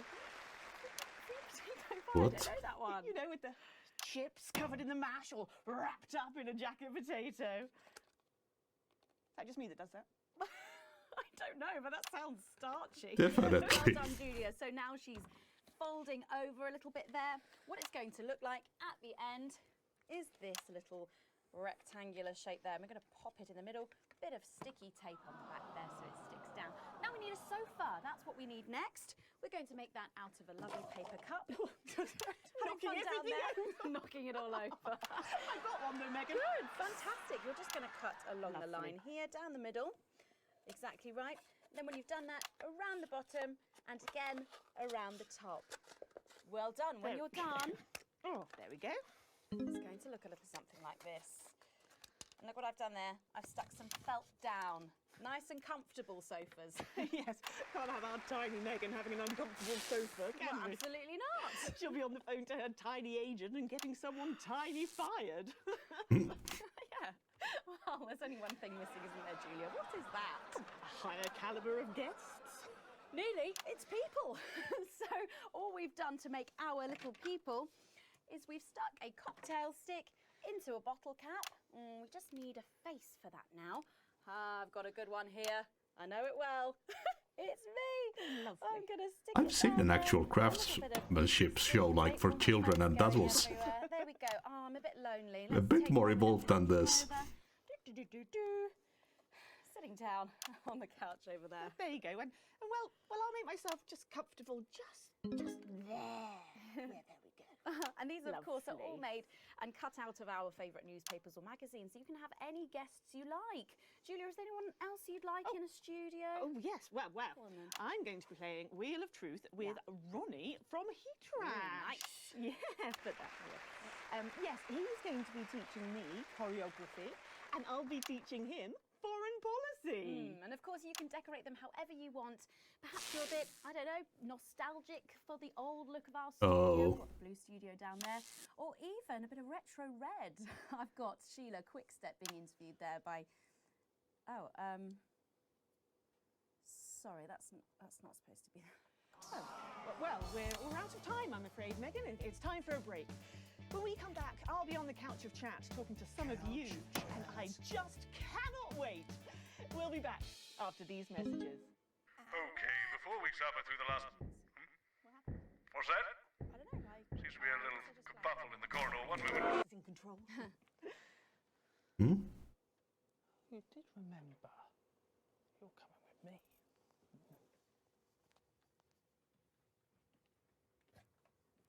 Should we be worried? We've got the Prime Minister here. It's good that she's here. She's the reason for the extra security. Are we going to need it? Possibly. They're back. It's not very reassuring. I know. Good thing I'm not your mum, right? Yeah, this podcast has gone pretty shit, but I'm just in it for the story by this point. Me, when we'd met in the woods and I'd allowed him to frolic in my glades. It's an honest account of my childhood, because in the new future, there's no need for secrets. There was just so much injustice in the world, I realised, as Portia Hamilton Mann lured my best friend into the convertible her daddy had bought her for Easter. How had I failed to predict the perils of being the poorest postgrad at Poshborough? Over the course of 3 compact discs or just 22 Not like this cassettes... was so much more than we were expecting. And they're better organised this time. Like someone experienced is running things. Well, we stopped them before, we can do it again. Thank you, Sarah. One more thing, Mum. Yes? Apparently there's chatter about you. I've requested backup, but well, we're stretched pretty thin, Mum. I receive death threats like other people receive post. I've learned to take it all with a pinch of salt. Of course, Mum. Oh fuck, are we going to have a live Deeply worrying. assassination? I have. I hope I don't have to. What didn't Bozeman tell you? Tell us what?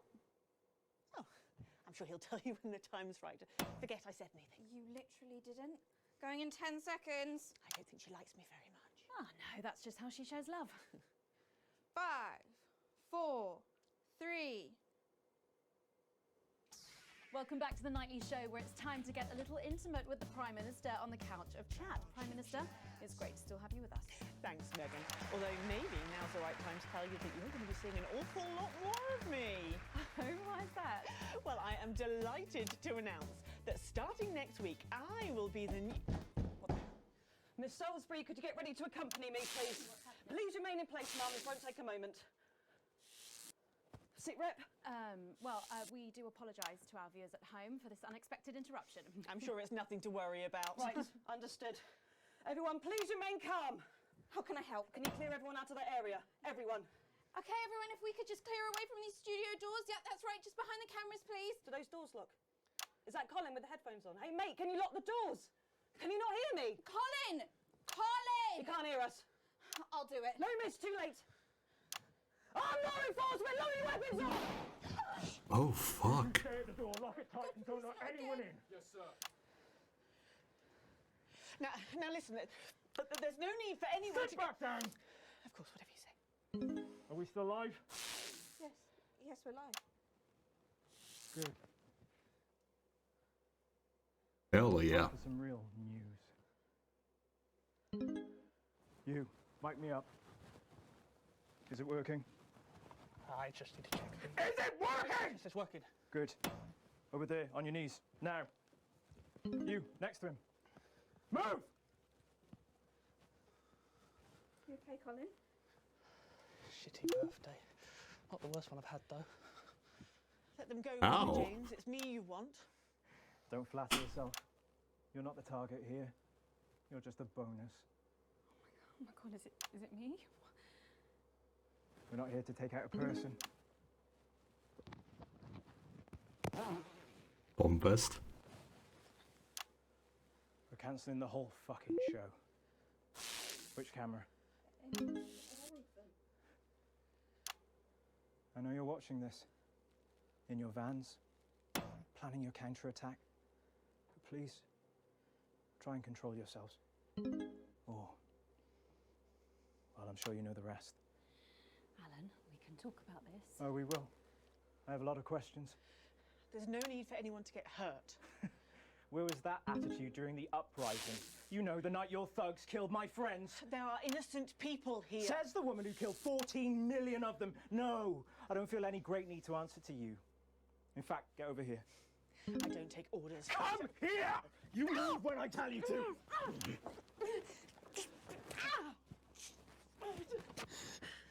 Give me that.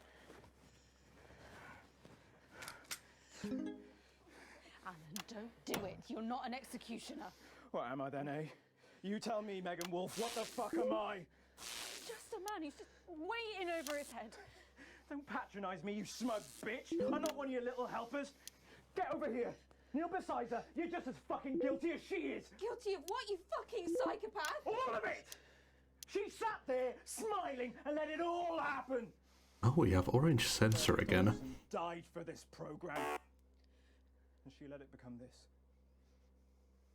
Bread and circuses. Bread and fucking circuses! Don't you say his name. I beg your pardon? I said, don't you say his name. You don't get to do that! You're angry at the wrong person, love. She's the one that killed him. The first victim of her benevolent slaughter. Not the last, though. All I am hearing is crazy. Then maybe you should hear it from the source. Confess. Confess. Fine. Have it your own way. Stop! For God's sake, stop! Answer my questions. Or she dies next. Yep. Then here. I don't know what he wants to hear. Ask your questions. Better. First question. How did you actually think this was all going to end? In a better world. Bullshit. It's the truth! When we came into power, everything was broken. The system worked for so few. There was hunger and poverty and real pain. But you never saw that, Mr. James, because you were doing just fine, thank you very much. And my side? We were too weak, too meek. It was all good intentions and second chances and playing by the rules. Disrupt is messing with the message now. Playing fair gets the people at the bottom because of fucking nowhere. Someone had to be prepared to actually fight, to do what was required. So I did it. Because no one else was going to. 14 million people. To save the 60 million here. What would you have done? Let us all starve to death? You should have found another way. There was no other way. Is that how Peter Clement saw it? Peter was weak. I loved him more than I have ever loved anyone, but he was soft. He wouldn't have allowed it to happen. And afterwards, he couldn't sleep. It haunted him. I think he would have killed him in the end anyway. But that's on me, Mr. James. What's on you? We're not discussing me. Didn't you hear? Disrupt died on the night of the uprising. Then how have we been watching you for months? Watching me? You're not the only one who knows how to get people on the inside. We knew you'd pop your grubby little head up again, and we've been collecting information just in case you did. There's a recording, a meeting of the so-called Disrupt leadership. Tiny hidden cameras, very high-tech. Perhaps the public should see what your bosses are talking about when there's no one else around. We have people at the network jamming your signals, messing with your broadcast room. We'll stop you. We have people too, and they've been doing this an awfully long time. Prepare the footage on screen 4. I guess it's up to the broadcast room. You in there. If you play that footage, she dies. I'm not playing that shit. Play the tape. I've seen it. It's important. It's gonna blow us up anyway, so just play the fucking tape. Lock the console. Don't let them play that tape. Take out those screens.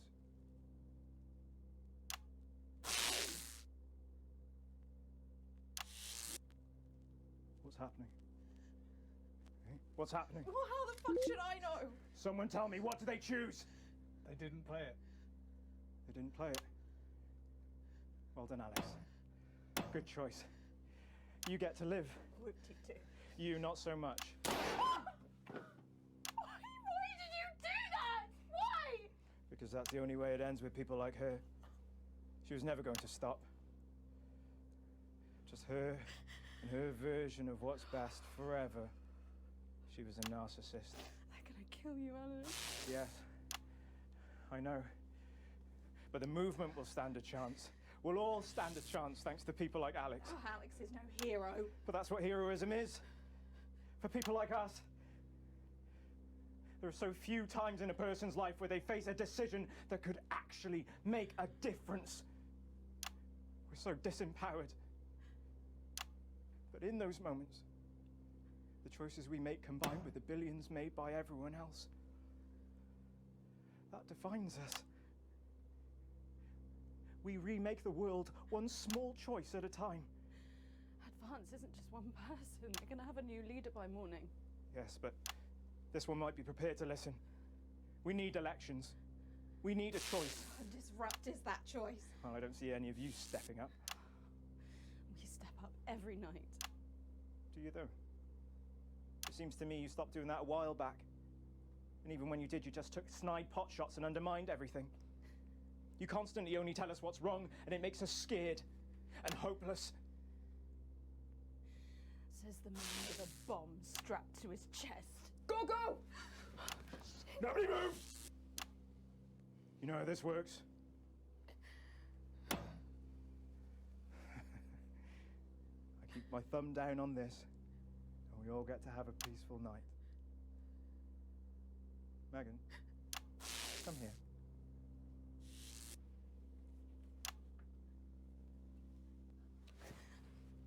Pathetic! Shut the fuck up. Don't you even want to know who's pulling your strings, what they say about you behind your back? I said, nobody move! Think you're a joke, Alan. They're using you. I said, shut up! And when you've done what they want, they're gonna throw you to the wolves. It's in the tape, Alan. See what everyone else sees, Alan. You're a joke, a nut job, a sad, pathetic. Shut up! Shut the fuck up.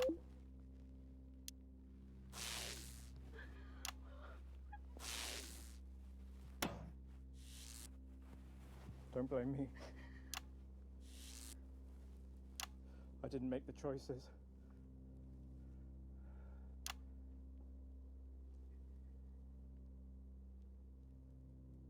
I just played the hand I got dealt.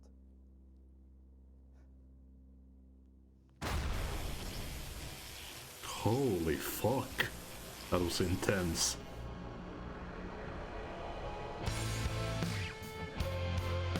Come on.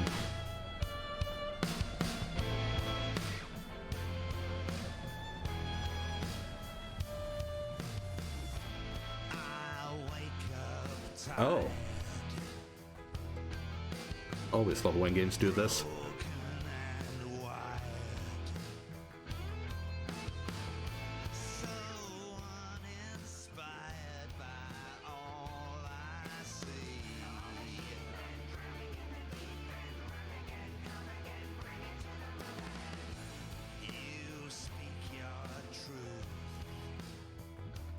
What?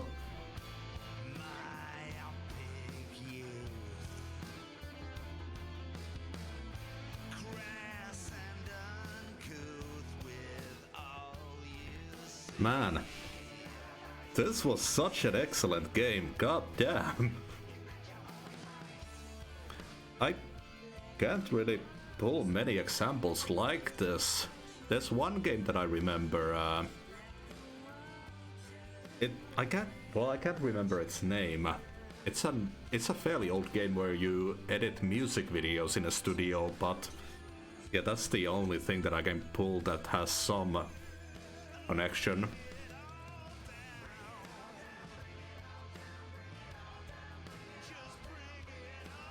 Oh yeah, I started to drop in quality there by the end, but pull through anyways. Very satisfying gameplay, and the story is really interesting. Obviously has a lot of replay value too.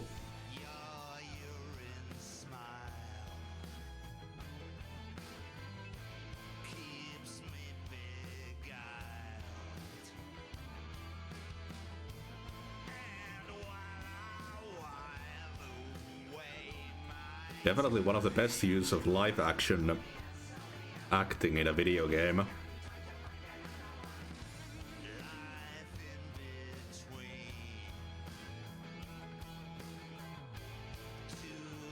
COVID officer? Fuck.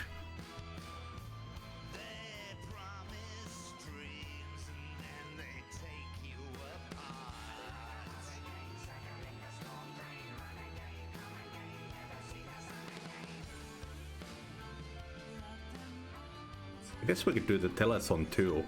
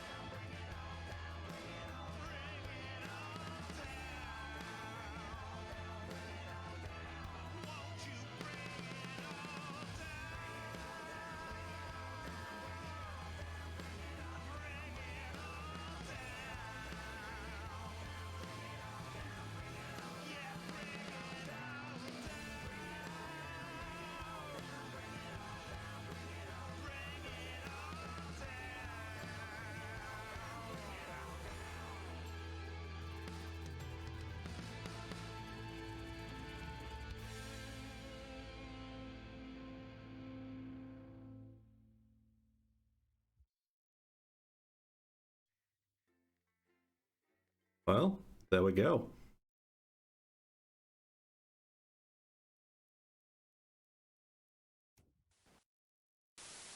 Welcome all of the boys and girls and everybody else as well to Frankie Fun's Wacky Fun House of Wax.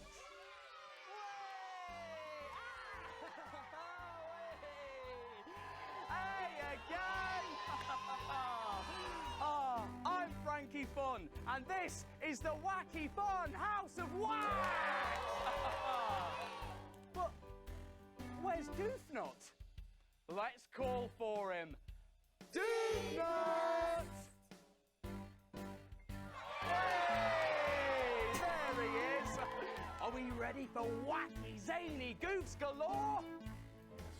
I can't hear you, Doofnut. Yes, I'm ready. That's better. Now then. Whoa, it's the bonk alarm.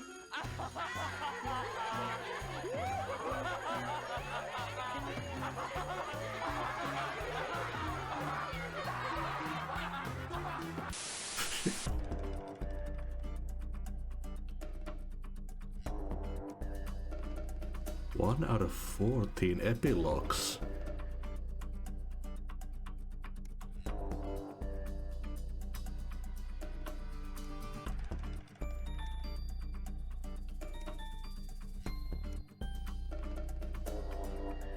Hmm.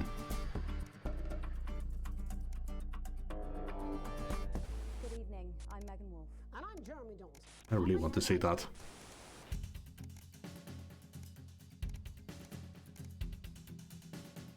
But it counts as an advert. No? Oh yeah, it would be the rushes. The tape that they wanted me to play was.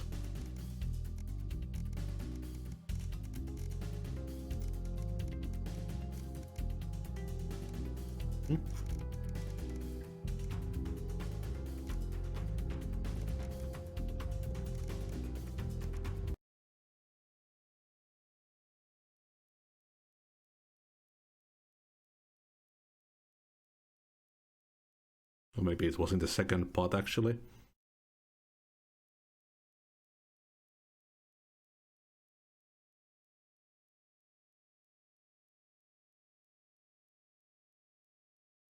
It's bad, Mum.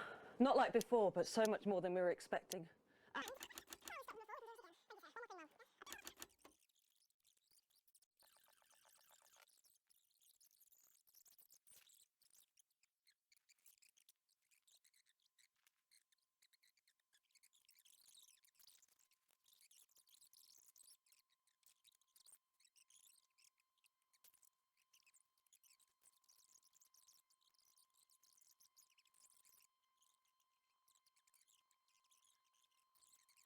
I wonder if Bozeman is a Disrupt member. Fuck.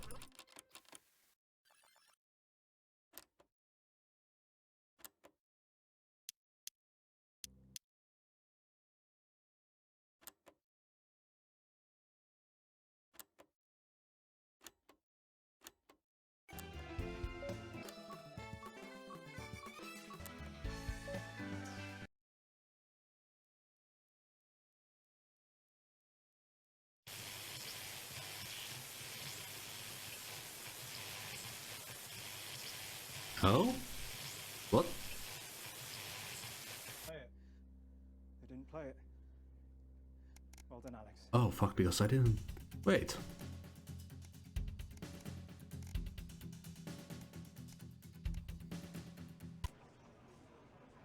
Do you feel alone?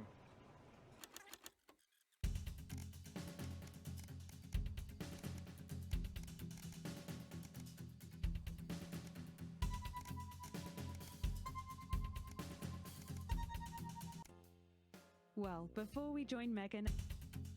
I thought that the rushes was supposed to show everything that you didn't watch. Huh. Strange.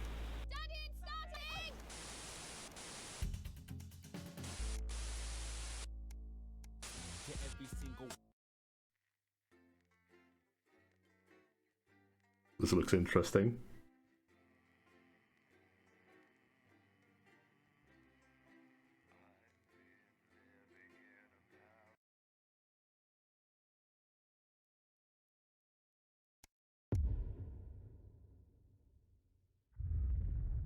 Day 56. Alex Winston, it's Bozeman here, your boss. It's come to my attention that you've replaced Dave in the control room, and your performance so far has been mostly adequate. However, I'll need to observe myself to check you're up to snuff, and to that end you'll now be mixing an old recorded podcast to ensure you can do the job to my satisfaction. Don't worry, other than the odd tear and jump in the footage due to age, it shouldn't require you to deal with anything new, though do keep an eye on the censor. They had stricter sensibilities in those days. And of course, don't forget to load the adverts. Bozeman out.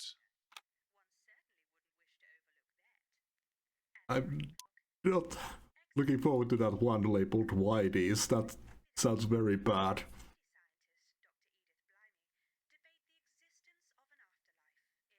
A discussion program with the Right Reverend David This is an absolute Atkinson nightmare. and lady scientist. Who's going to tell Graham? I don't know. Can we even continue? Well, you'll have to think of something. We'll go live in 10 seconds. All right. I'll keep looking for someone. I guess we'll just have to wing it until then. Can you count us in? Oh, sure. Going live in 5, 4, 3, 2, 1.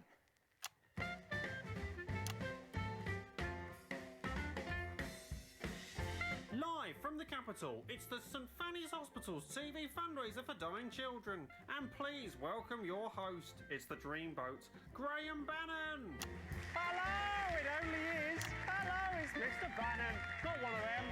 Got one of them. Good night. If you won't be my lady, then at least have my babies. No, don't give me a maybe, no. I know I wouldn't like. Crazy kid. Do you know what? I'm sorry. I know I'm supposed to be. Sorry, stop the music. I mean, yeah, I know I'm supposed to be starting the show, but I can't help but notice it. I mean, where's the audience? I mean, who are you? I mean, this is an absolute nightmare, isn't it? Really? I mean, we are live. Hello, ladies and gentlemen, and welcome to the first annual St Fanny's Hospital's TV fundraiser for dying children. I'm your host, Graham Bannon, and it is an absolute pleasure to be here. We are here tonight, as we may be aware, for one very important cause, and that is, of course, little Sally Button. Little Sally Button has a life-threatening condition, and she will die tonight, unless we can raise enough funds to cure her of her I should learn that. Studio hypo poo. I don't know how to say that word. But what I do know is it's a long word and a bad disease. Ladies and gentlemen, we need to raise 20 grand tonight, and we can't do it without your help. And how can I help? You're screaming at home. Well, don't scream, and I'll tell you. We're taking donations starting right now. But let's beat feet and head over to the blowers. The phones, not the girls.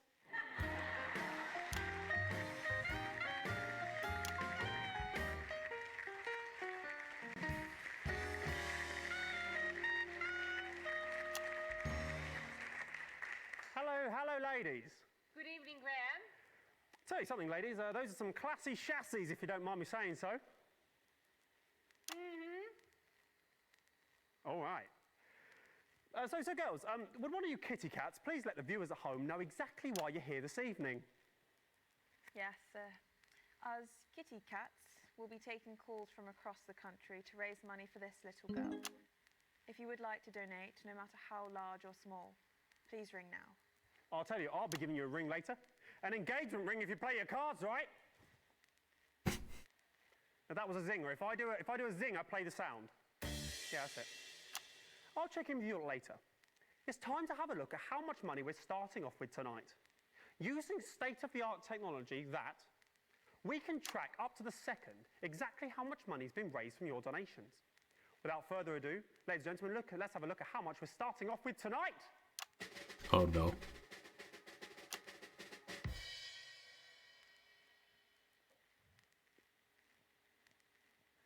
Okay, looks like we're not starting off with any money tonight. It's a bit strange. I'm surprised they didn't put something in just to show, really, but perhaps it's a little unclear of how you donate still. How about I cut the gas and show you what's what, Daddy-O's? Give me the thing. Okay, so I'll pretend to be you at home. This is role play. You've really This footage looks in really real life good. on your sofa or couch. Whatever filter they have going on.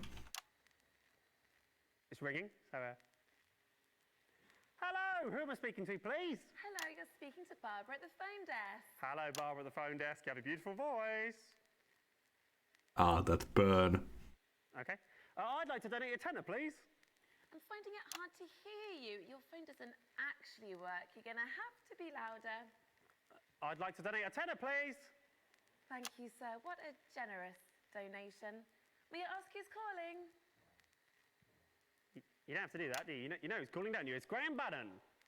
And how do you spell Bannon? Don't say that. People would know how to say my name. There we go. And so if I'm correct, there should be 10 on it now. Look at that. Technology at its finest. 10 on it now. So only 19,990 remaining, which should be a Bannon breeze. That was a zinger. Yes. Ladies and gentlemen, let's have a rundown of the jam-packed acts we have lined up for you on this jam-packed lineup on this jam-packed evening. Who wrote that? Too many things packed in jam. Starting off tonight, we have the incredible Raj and Rishik. Following that, we have an amazing acrobat who will do jumps all over the stage and stuff. And then finally, we'll have the Lovely Legs contest to end Act 1, which I'm rather looking forward to myself, ladies. Then, starting Act 2, we're going to have a magician who will do all magic and that. Then we're going to have a fire-breathing man who'll be breathing fire. And then ending Act 2, we're going to have a daredevil who'll dive into a bucket of water. All right. Then going into Act 3, we're going to have the unicyclist act. Then following that, the strongest man in the world, the strong man. And then finally, the grand finale. Now, for the grand finale, we asked little Sally Button what she wanted more than anything else in the world. And she had a very simple reply. I'd like a dancing chimpanzee, please, Graham. So, ladies and gentlemen, we have managed to source a dancing chimpanzee for the finale of this show. How does that sound? There's no one here, is there? Okay, so without further ado, ladies and gentlemen, let's introduce our first act of the evening. He's come all the way from this event. And let's just say he might have brought a little friend along with him. Ladies and gentlemen, please, welcome to the stage is the incredible Rajan Rishik.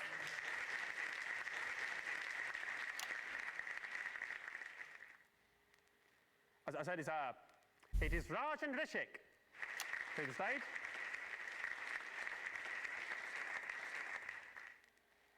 I mean, this is a nightmare. I mean, what is going on? I mean, this isn't working, is it? I mean, is there anyone around here who knows that you? Come here. What is going on? Do you know what I'm saying at all? Why is he here? You, come here. This is unbelievable. Hello, Mr. Bannon. Hello, yes, come here. Are you the producer, are you? No, I'm nobody, me. I just help the fellas unload the cameras Right, from the fantastic, great story. Do you know where the producer is? Well, that's the problem. Get on with it, come on. Well, it turns out, you know, the roads around the capital are shut down because... Yeah.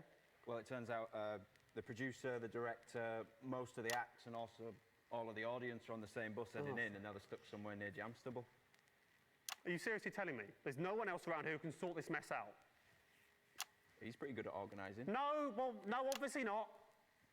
That's not going to work, is it? Look, you're the producer now. Well done, that's great, big promotion for you. Now, what you need to do is go away and find me a version of all the acts I've just promised the people at home. That's not really my thing, Governor. Well, do you know what? It is your thing now, Governor, right? Or a child drops down dead. So off you go do that, quick, smart. All right, you can count on me. Okay, very good. Go away. Ladies and gentlemen, it's time to introduce the first act of the evening. He's come all the way... I've read that. Don't repeat the same stuff. Ladies and gentlemen, they're not here, are they? No, they are here. Well, why didn't they come out the first? Ladies and gentlemen, it's Rajan Rishik.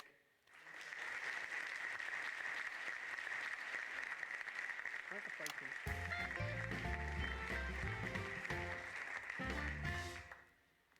Hello everyone, my name is Raj.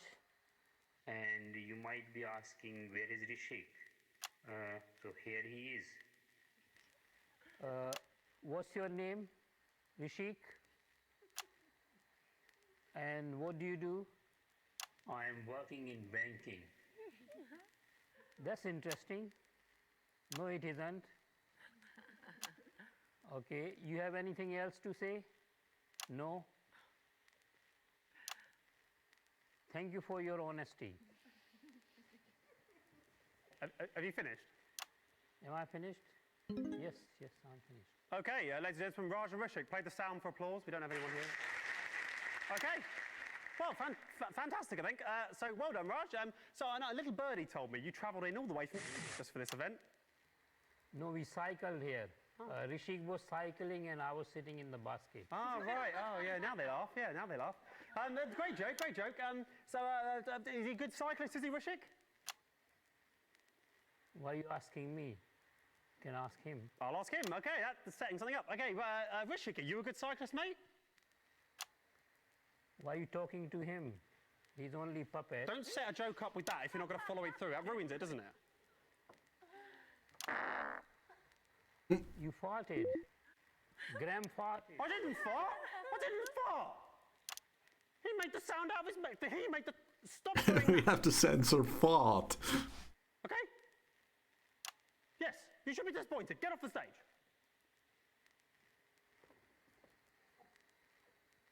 What a load of crap. We've had two. I didn't fart. No. Acrobat's not here. Great. But I've got an alternative. Okay. His name's James. Sounds good. He's not an acrobat. Sounds good to me. Bring him on. Ladies and gentlemen, I don't know what's going to happen now, but please welcome to the stage, it's the incredible. It is James.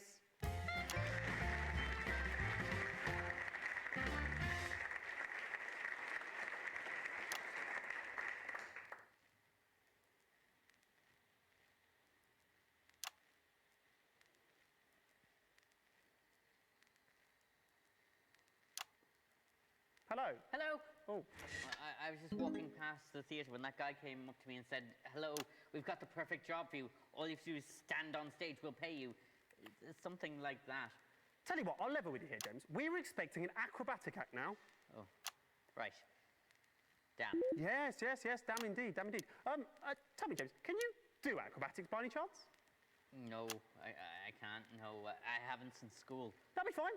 You remember a lot from school.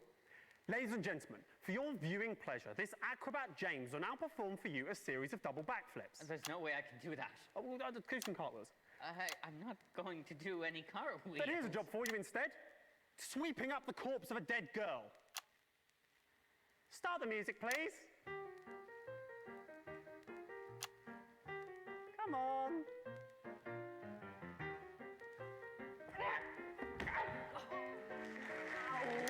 And that's the act. Absolutely marvellous. Sort this out. Where is it? Sort that out.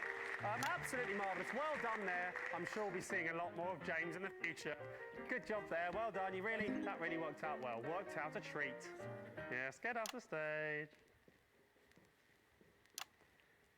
We've had two absolutely marvellous acts this evening, so I think it's time to have a look at what impact that's made on the old fundraiser. So, drum roll, please.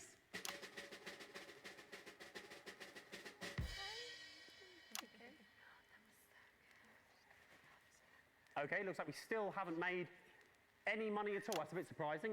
Perhaps I'll check in with the bombshells to find out exactly what's going on. What are you doing there? Get out, sling your hook. Go on, go. You're upsetting the girls. Ladies. Well, I was expecting a little money in the old pot by now, ladies. Have the callers not been particularly generous so far? We haven't had any callers so far. Are you serious? How dare you? How dare you? A child is quite literally dying somewhere out there, and you're too lazy to get up off your asses, go over to those phones we have, turn the dials, and pledge money to save her life. You greedy bastards. Sorry, Graham. Just found out the phone lines haven't been connected yet. All right. Yeah, Young forgot to do it. Who's Young? Oh, that idiot, right. Go on, Young. Got just a job for you. I'll give him an hand. I don't think he knows what he's doing. Yeah.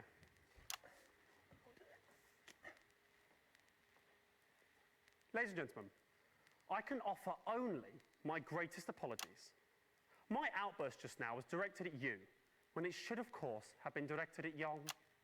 Please accept those apologies. Now it's time for the Lovely Legs contest.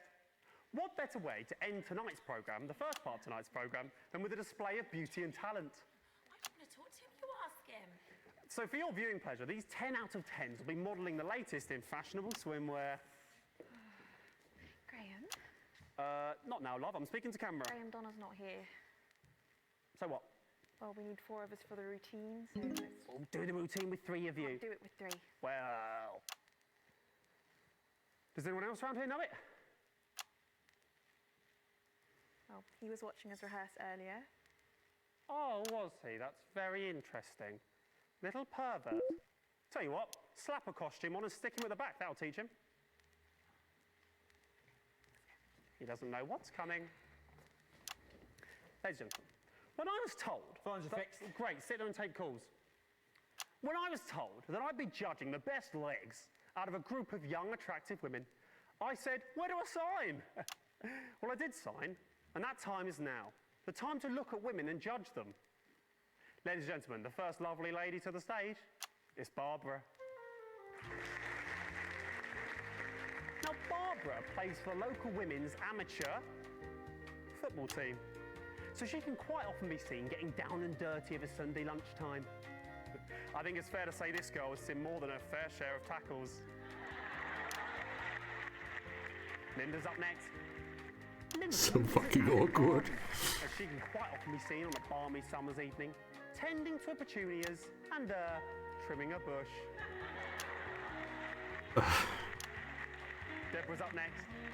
Deborah's a socialite, and Deborah likes nothing more than a nice night in the pub with the girls, gluggity glug glug glug. But I'll tell you, forget the pub. Nice legs, love. What time do they open? Jesus fucking Christ. And then finally we have Donna. I mean Yong, who's taking over for Donna. Now Donna. There we go. Oh dear. Yeah, he's got pretty nice legs. Unpleasant, that, isn't it? I wish I had suggested it now. He hasn't shaved. I mean, he knows the routine, but doesn't look very good, does it? Oh Christ. Okay. Don, I mean, Yong is quite. I mean, this is appalling, isn't it? Can we do this? I think we have to stop the music. Actually, I don't think I can let this go on. To be honest, it's quite unpleasant. Why is he still doing that? Stop him dancing! Yeah. I'm angry now. He's made all of you look bad, hasn't he? Look at him. He's pleased with himself, it looks like to me. He makes all of you look bad when he's standing there looking like that, doesn't he? Absolutely pointless. I'll tell you what else. It's pointless anyway, because obviously Deborah's got the best legs. Knew that going in. Do you know what? Just take him off the stage. I'm angry. I'll tell you, if there was an audience, they'd be a-booing you, Yong. They'd be a-booing. And that seems to me like the perfect place to end Act 1 on a bit of a high. So I'll tell you what, why don't you grab a drink, sit back, enjoy the adverts, and we'll see you after this. What are you doing? I am setting up for the Act 2. I haven't finished talking. After the adverts, we'll see you back then. Okay, 1 minute back. Just do exactly what I do and wait for the big fat check to come in. I hear that.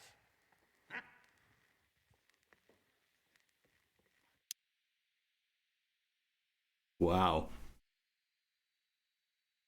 Moo, why are you crying, you dozy tart? I've had enough. I've been trying to clean up this chicken grease all day with my usual brand of cleaning product, but it just won't come off. Oh dear, here comes your husband. I hope you've thought of something. Honey, I'm home! That chicken looks delicious, and this chicken looks even nicer. Oh yes, and I forgot to mention, her husband is me, Dick Johnson. Lucky lady. What's with all this grease? This surface is filthy. I'm sorry, darling. Delay. I've tried every cleaning product available, but I just can't solve these stubborn stains. Well, you haven't looked hard enough. Because there's new Jazz. Jazz is proven by scientists to clean all of a surface, up to 100% cleaned. Look at the way it cuts through this grease. Wowzers. It is also completely harmless to skin, due to it being 99% lead-based. Oh no. That's my wage, but poor little girl, she deserves better than this. Right, thank you. We're back in 10. Oh, he gave a donation. Places, everybody. And we're going live in 5, 4, 3, 2, 1. Welcome back to St. Francis Hospital TV fundraiser for dying children. Here's Graham Banner.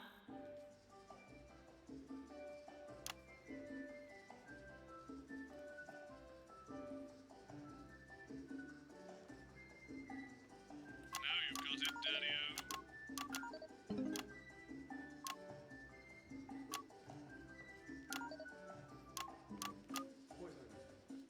What is going on? Looks a mess, isn't it? We all end up looking like idiots, don't we?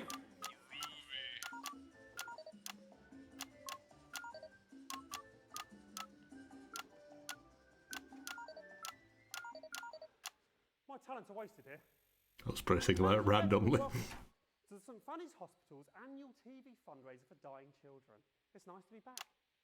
As a reminder, little Sally Button is still dying, but with your donations, she may yet live.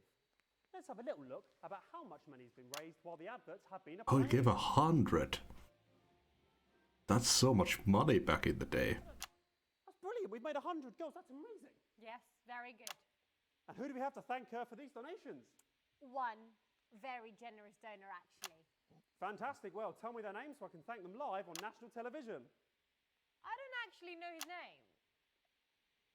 It's annoying. Thought we told you to take the names when you answer the phones. It wasn't over the phone. It was him, the guy, the new producer. He gave the money. Right. So we haven't had any calls. The phones still aren't working. No, the phones are working. And we have had a few calls, but none of them wanted to donate. It was mainly complaints against you. What do you mean complaints against me? Well, I think people think that you're a bit rude. Fudge up! Sorry for that swear. Well, you can censor that if you want. A bit rude? People think I'm a bit rude. I played that! After all I've done and continue to do, people think this has blown my mind. Okay, ladies and gentlemen, magic has always been rude. I'll give them rude. Here's the magic hat. Nightmare.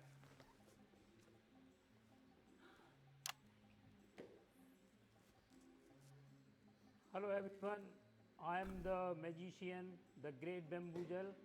For the third magic trick, I will need 2 beautiful ladies assistant. And I will also need a volunteer from the audience. Oh, no one is here. I know it's stupid. I know this is stupid. You know it's stupid. I know it's stupid. Just go and do it. Thank you, sir. In this trick, you will be sent to the another word, beautiful word. And for this magic trick to work, you need to go behind the sheet. Do I have to do this? Yes. Please pull the sheet up. Now I'm going to say the magic word. Alakazam, Alakazum. And now you can drop the sheet for big reveal. He's not here, yes.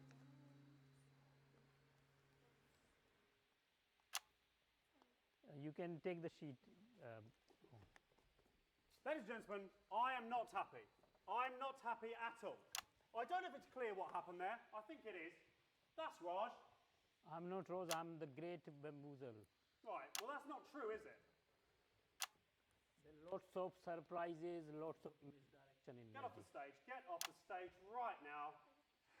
Don't play that sound! And then finally, what I and dying child Sally Button have been waiting for, it's the chimp dancing finale. Sorry, Graham, sorry. I don't think we should say there's going to be a chimpanzee. It's stuck on another bus. Yeah, I'll tell you what. I'm only going to say this once, mate. Why was it on a separate bus? Force a dancing chimpanzee, and it has to be a chimp, not an orangutan. For the Hey, orangutans are great. I am certain that the shock, disappointment, and fear on that little girl's face will cause her to just die. Like Take it from someone who watches orangutans just sitting around. Of course, I care about Susie Button, who you've been calling Sally Button all evening, but I'm not a producer. I don't know the first thing about booking dancing chimpanzees. I can try my best. That's it. That is as good as I will get a dancing chimpanzee, Graham. Now you're here, what can we expect next? I assume it'll be the fire-breathing man or something incredibly similar. No, he's on the bus, but we've got something better. What's that? It's a group of teenagers from the Scritchford Dance Club. Right. That doesn't sound better to me than a fire-breathing man, but I suppose it's the best we've got. Ladies and gentlemen, please welcome to the stage. It's the dance. It's this. Hurry up.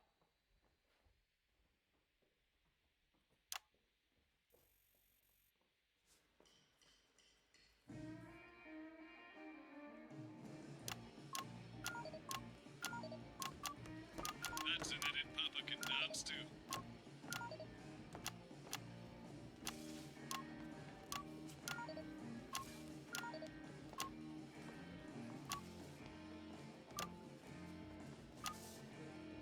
That's a rhythmic cut.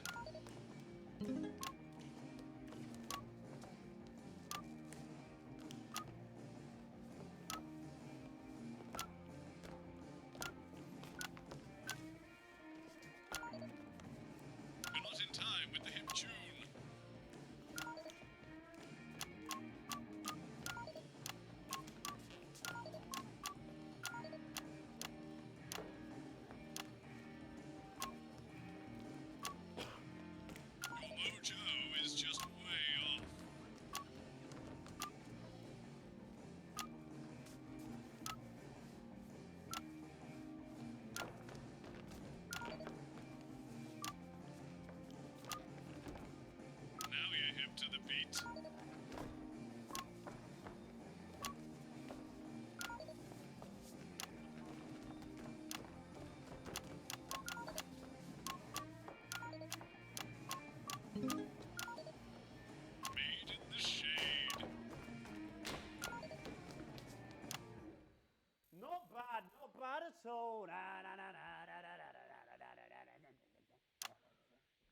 Fantastic, absolutely fantastic. Really, really rather good, that. I'll tell you what, though, you little ankle biters, it is a weekday. Shouldn't you not be in school? Oh, get Ben. I will not get Ben. I will not get Ben. Get out of here. I won't get Ben. I won't get Ben for anyone. Bastard. Drum roll, please. What? What? That carries on. Look at that. It's still going, but £5 grand. There's at least £5 grand. Girls, this is incredible. Actually, we haven't made that amount yet. That 5's supposed to be a 2. I think he's made a mistake. What do you mean he's made a mistake? Who's he's made a mistake? Who's moving that machine?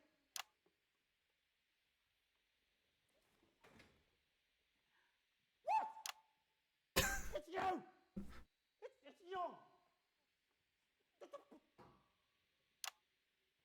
This is... I am so angry. I thought that this still moving. I thought that this was a brilliant, state-of-the-art machine. But it isn't. It's just Young, sitting behind this, moving those boxes. You should be ashamed of yourself, Young. Good news, though. We've now raised £2 grand for little Sally Button, so we're a tenth of the way to our target. Absolutely fantastic. So now we're heading towards the end of the second act. Stop talking. The end of the second act. I'm pretty sure, James, the acrobat from earlier, will dive into that bucket of water now. No, I won't fudging dive into that bucket of water. No, swear word there. Apologies for that. Hopefully that'll sort that out. No, fudge that. I just went to get my money, and he told me that you said I shouldn't get any money. Where's my money, Graham?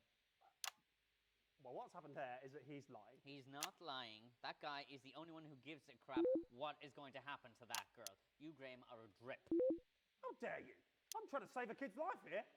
Ladies and gentlemen, I've just learned backstage that half of the 20 grand being raised here tonight is going directly to Graham Bannon as a performance fee. What do you think of that, people at home?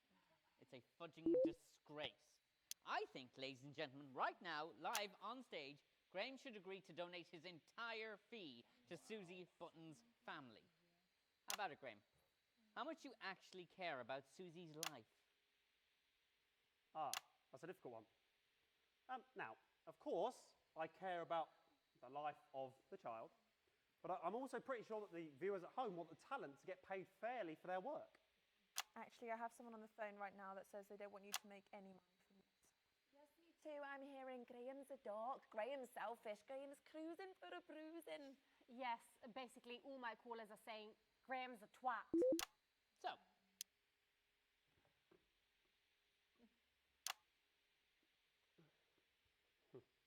ladies and gentlemen, I have decided, off my own back, to half my fee.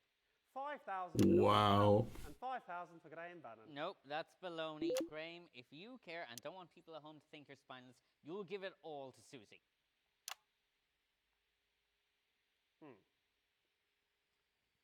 You know, Acrobat James, there comes a time in a man's life when he has to decide what sort of a man he wants to be. Are you going to donate the money? Yeah, I was just doing a speech about that, yes. Well done. So that should bring the tally up by 10,000. Plus, I'm happy to donate the fee they offered me of 150. You offered 150 for falling on your arse. So I make that to be 12,155. Young, if you wouldn't mind. Oh, there it goes. Yeah, great. Well done, Young. Okay, well, thanks so much for that helpful contribution there, James. I assume you'll now be getting into some lycra and diving into that bucket. No, I'm done. I'm going home. Thank you. No, you're not. Get in the bucket. Get in the bucket. Someone grab him and put him in this bucket. We need someone to go in this bucket for the end of the act. Do it yourself. Yes, found somebody.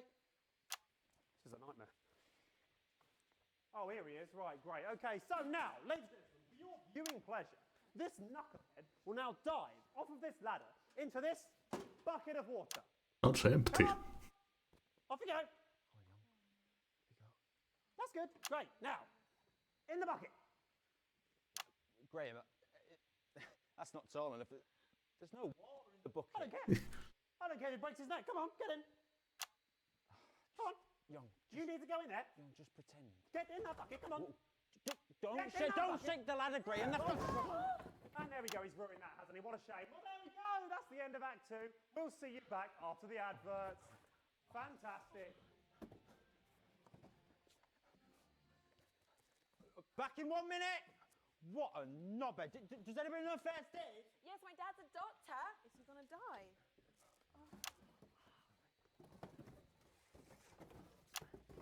Or young.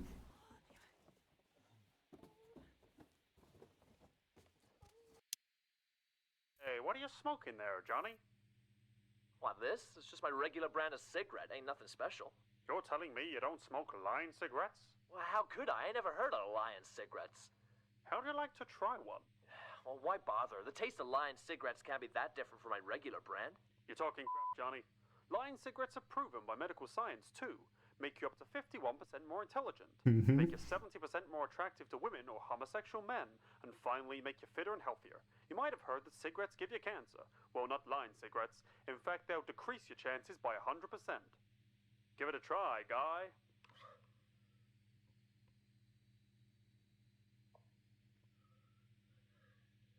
Hold on. Something's happening. Whoa. One smoke of a Lion cigarette and I feel like a new man. Hey, hot stuff. Are you coming to bed? Don't mind me, champ. You run along now.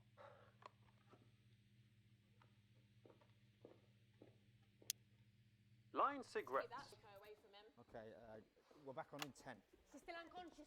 Let's take him off. Okay. And we're going live in 5, 4, 3, 2, 1.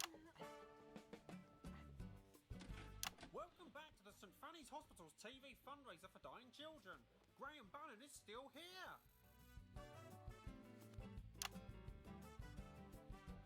Cut the music. If there's no audience, Graham Bannon doesn't dance.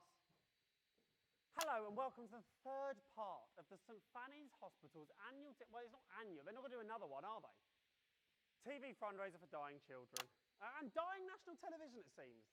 And, you know, speaking of dying, is the child still dying? I'm pretty sure it is. And looking at that, no more money has been raised while the advert's been playing. So it looks like to me you continuing to do F all at home. There's 2 reasons for that. Hello.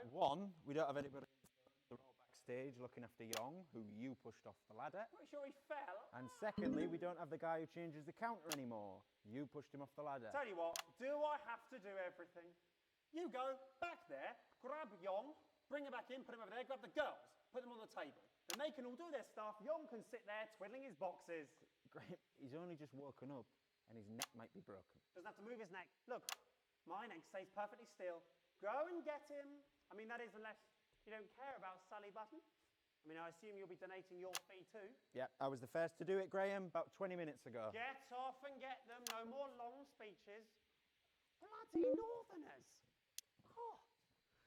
Ladies and gentlemen, as a reminder, this is still happening. And we are still live, taking your donations if you can be bothered. If you want a girl to live, up to you. Oh, look, the girls are back. What a sight for sore eyes. In fact, talking of sore eyes, went to my opticians the other day, and guess who I bumped into there? Absolutely everybody, because I couldn't see.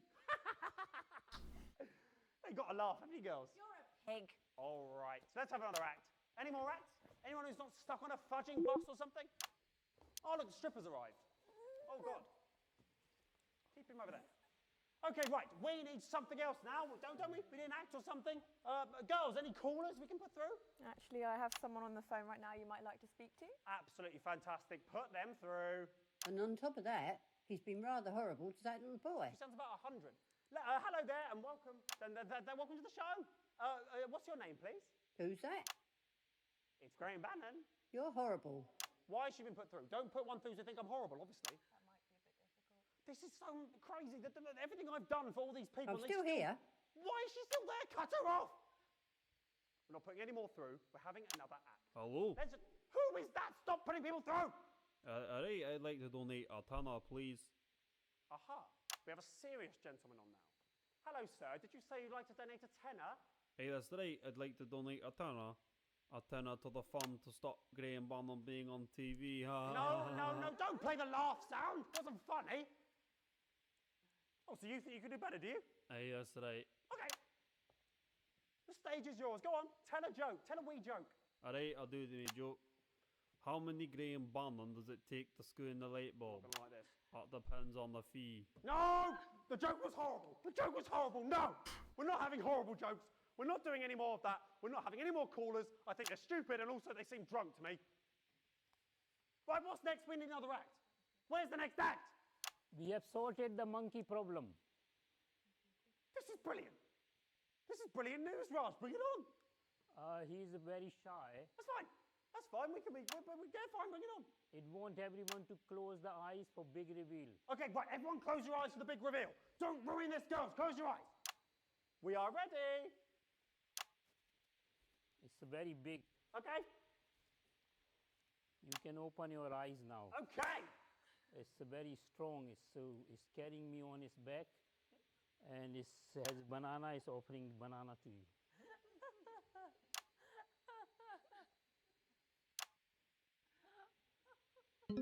No. No.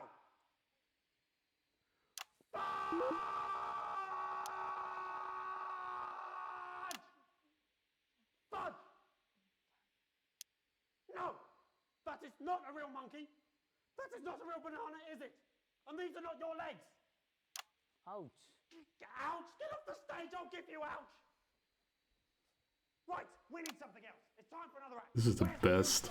We don't have the bloody unicycle act. Swearing, apologies for that. Hopefully that gets censored by them. Graham, we've got the unicycle, but we don't have the guy who rides it. That's fine, we don't need the guy that rides it. I'm the guy that rides it.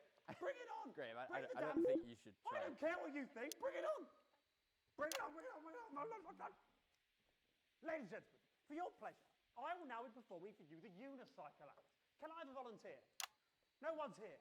Yes, they are here. Hello, Young. Right, okay, this is good. You'll like this. Graham. Now, Oh, no. do that. Grab the unicycle and jump over this arsehole. Yeah, very good. Right. Okay.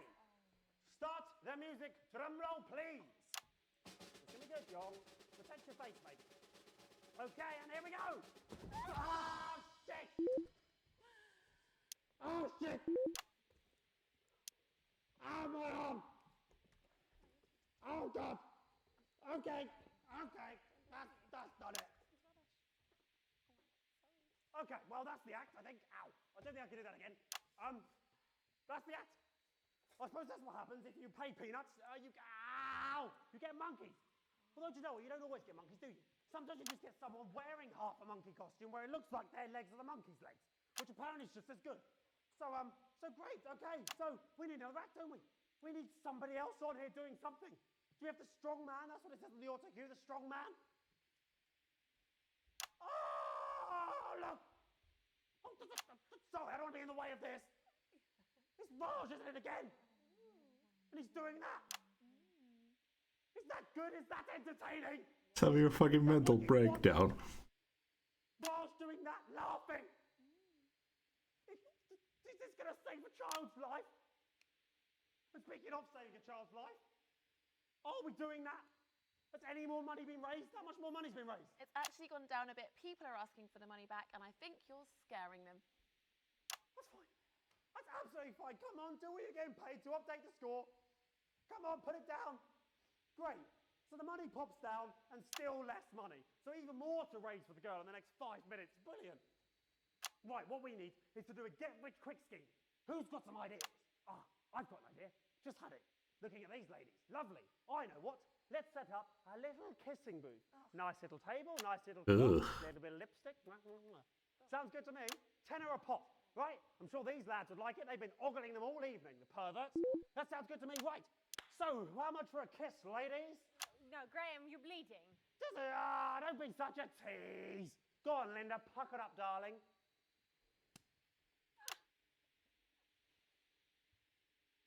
That's a reaction give right there. Thank you, Linda. I needed that.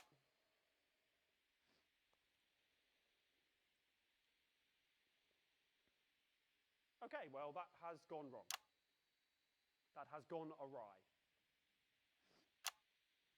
I'm sorry if that's my fault in any way. I don't know if it is.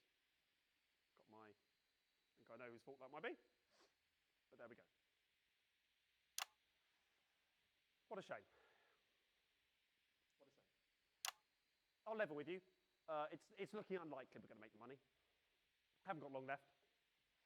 It looks like that might be the end for little Sally. It is actually Susie. Whatever. She'll be dead soon. And so will my career. So 2 deaths in the same evening. And if you ask me, it'd be hard to weigh them. They're both equally sad deaths. Oh, well, that's the end of that. I suppose that's the end of the show then. Thank you very much. Graham, great news. The monkey's turned up. Yeah, it's not the monkey, is it? It's just Raj or something pissing around. No, it is a real monkey. Look, I haven't got time for this. It's obviously it's not a real monkey. Don't get my hopes up. It's not going to... Oh, my God! Oh, my God! That is a real monkey. Yes! There it is! Get away from it. There it is. Ah, it's a real monkey. Now we can do the dance and save the show. Save my career. The girl. Come on. Just do the dance. Don't scratch your head. Do the dance. Come on, do the dance. Come on, do the dance. Don't snooze at me. Do the dance there. Do I have to spell everything out to you? Put your arm in. Oh, crap. No, he's punching me. Somebody shoot it. Somebody shoot it. Ow! Kill it.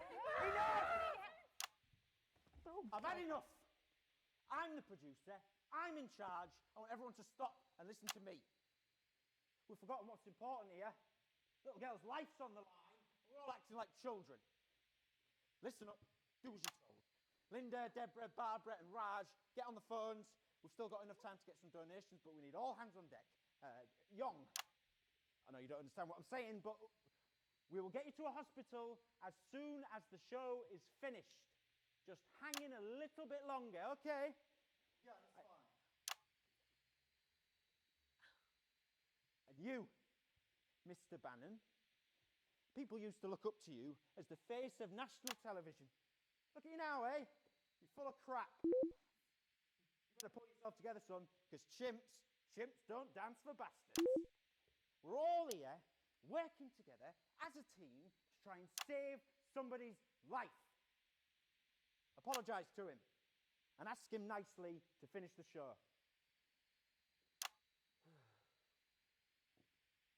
Chimpanzee,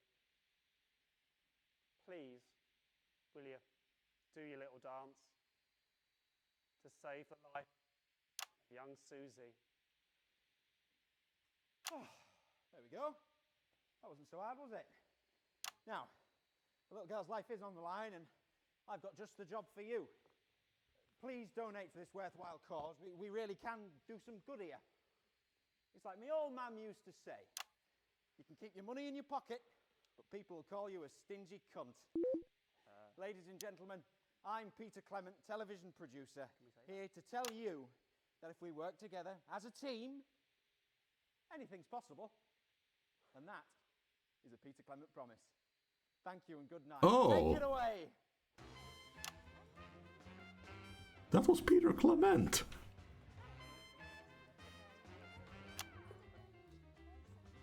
I can't take that cat, you cook.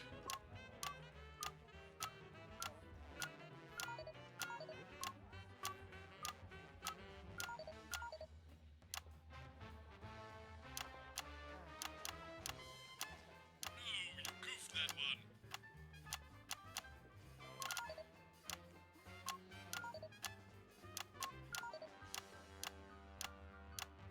That was just a point where I completely fell off the beat system. That's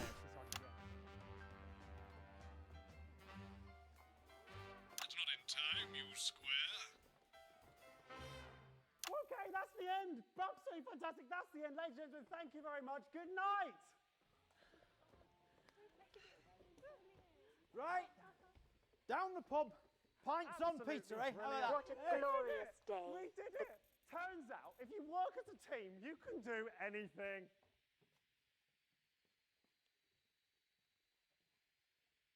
Oh, well. There's always next year.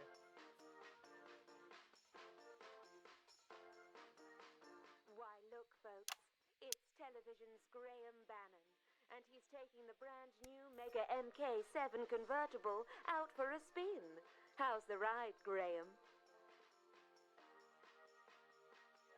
Onlookers can't look away, but it's not because of the brand new Mega MK7 convertible.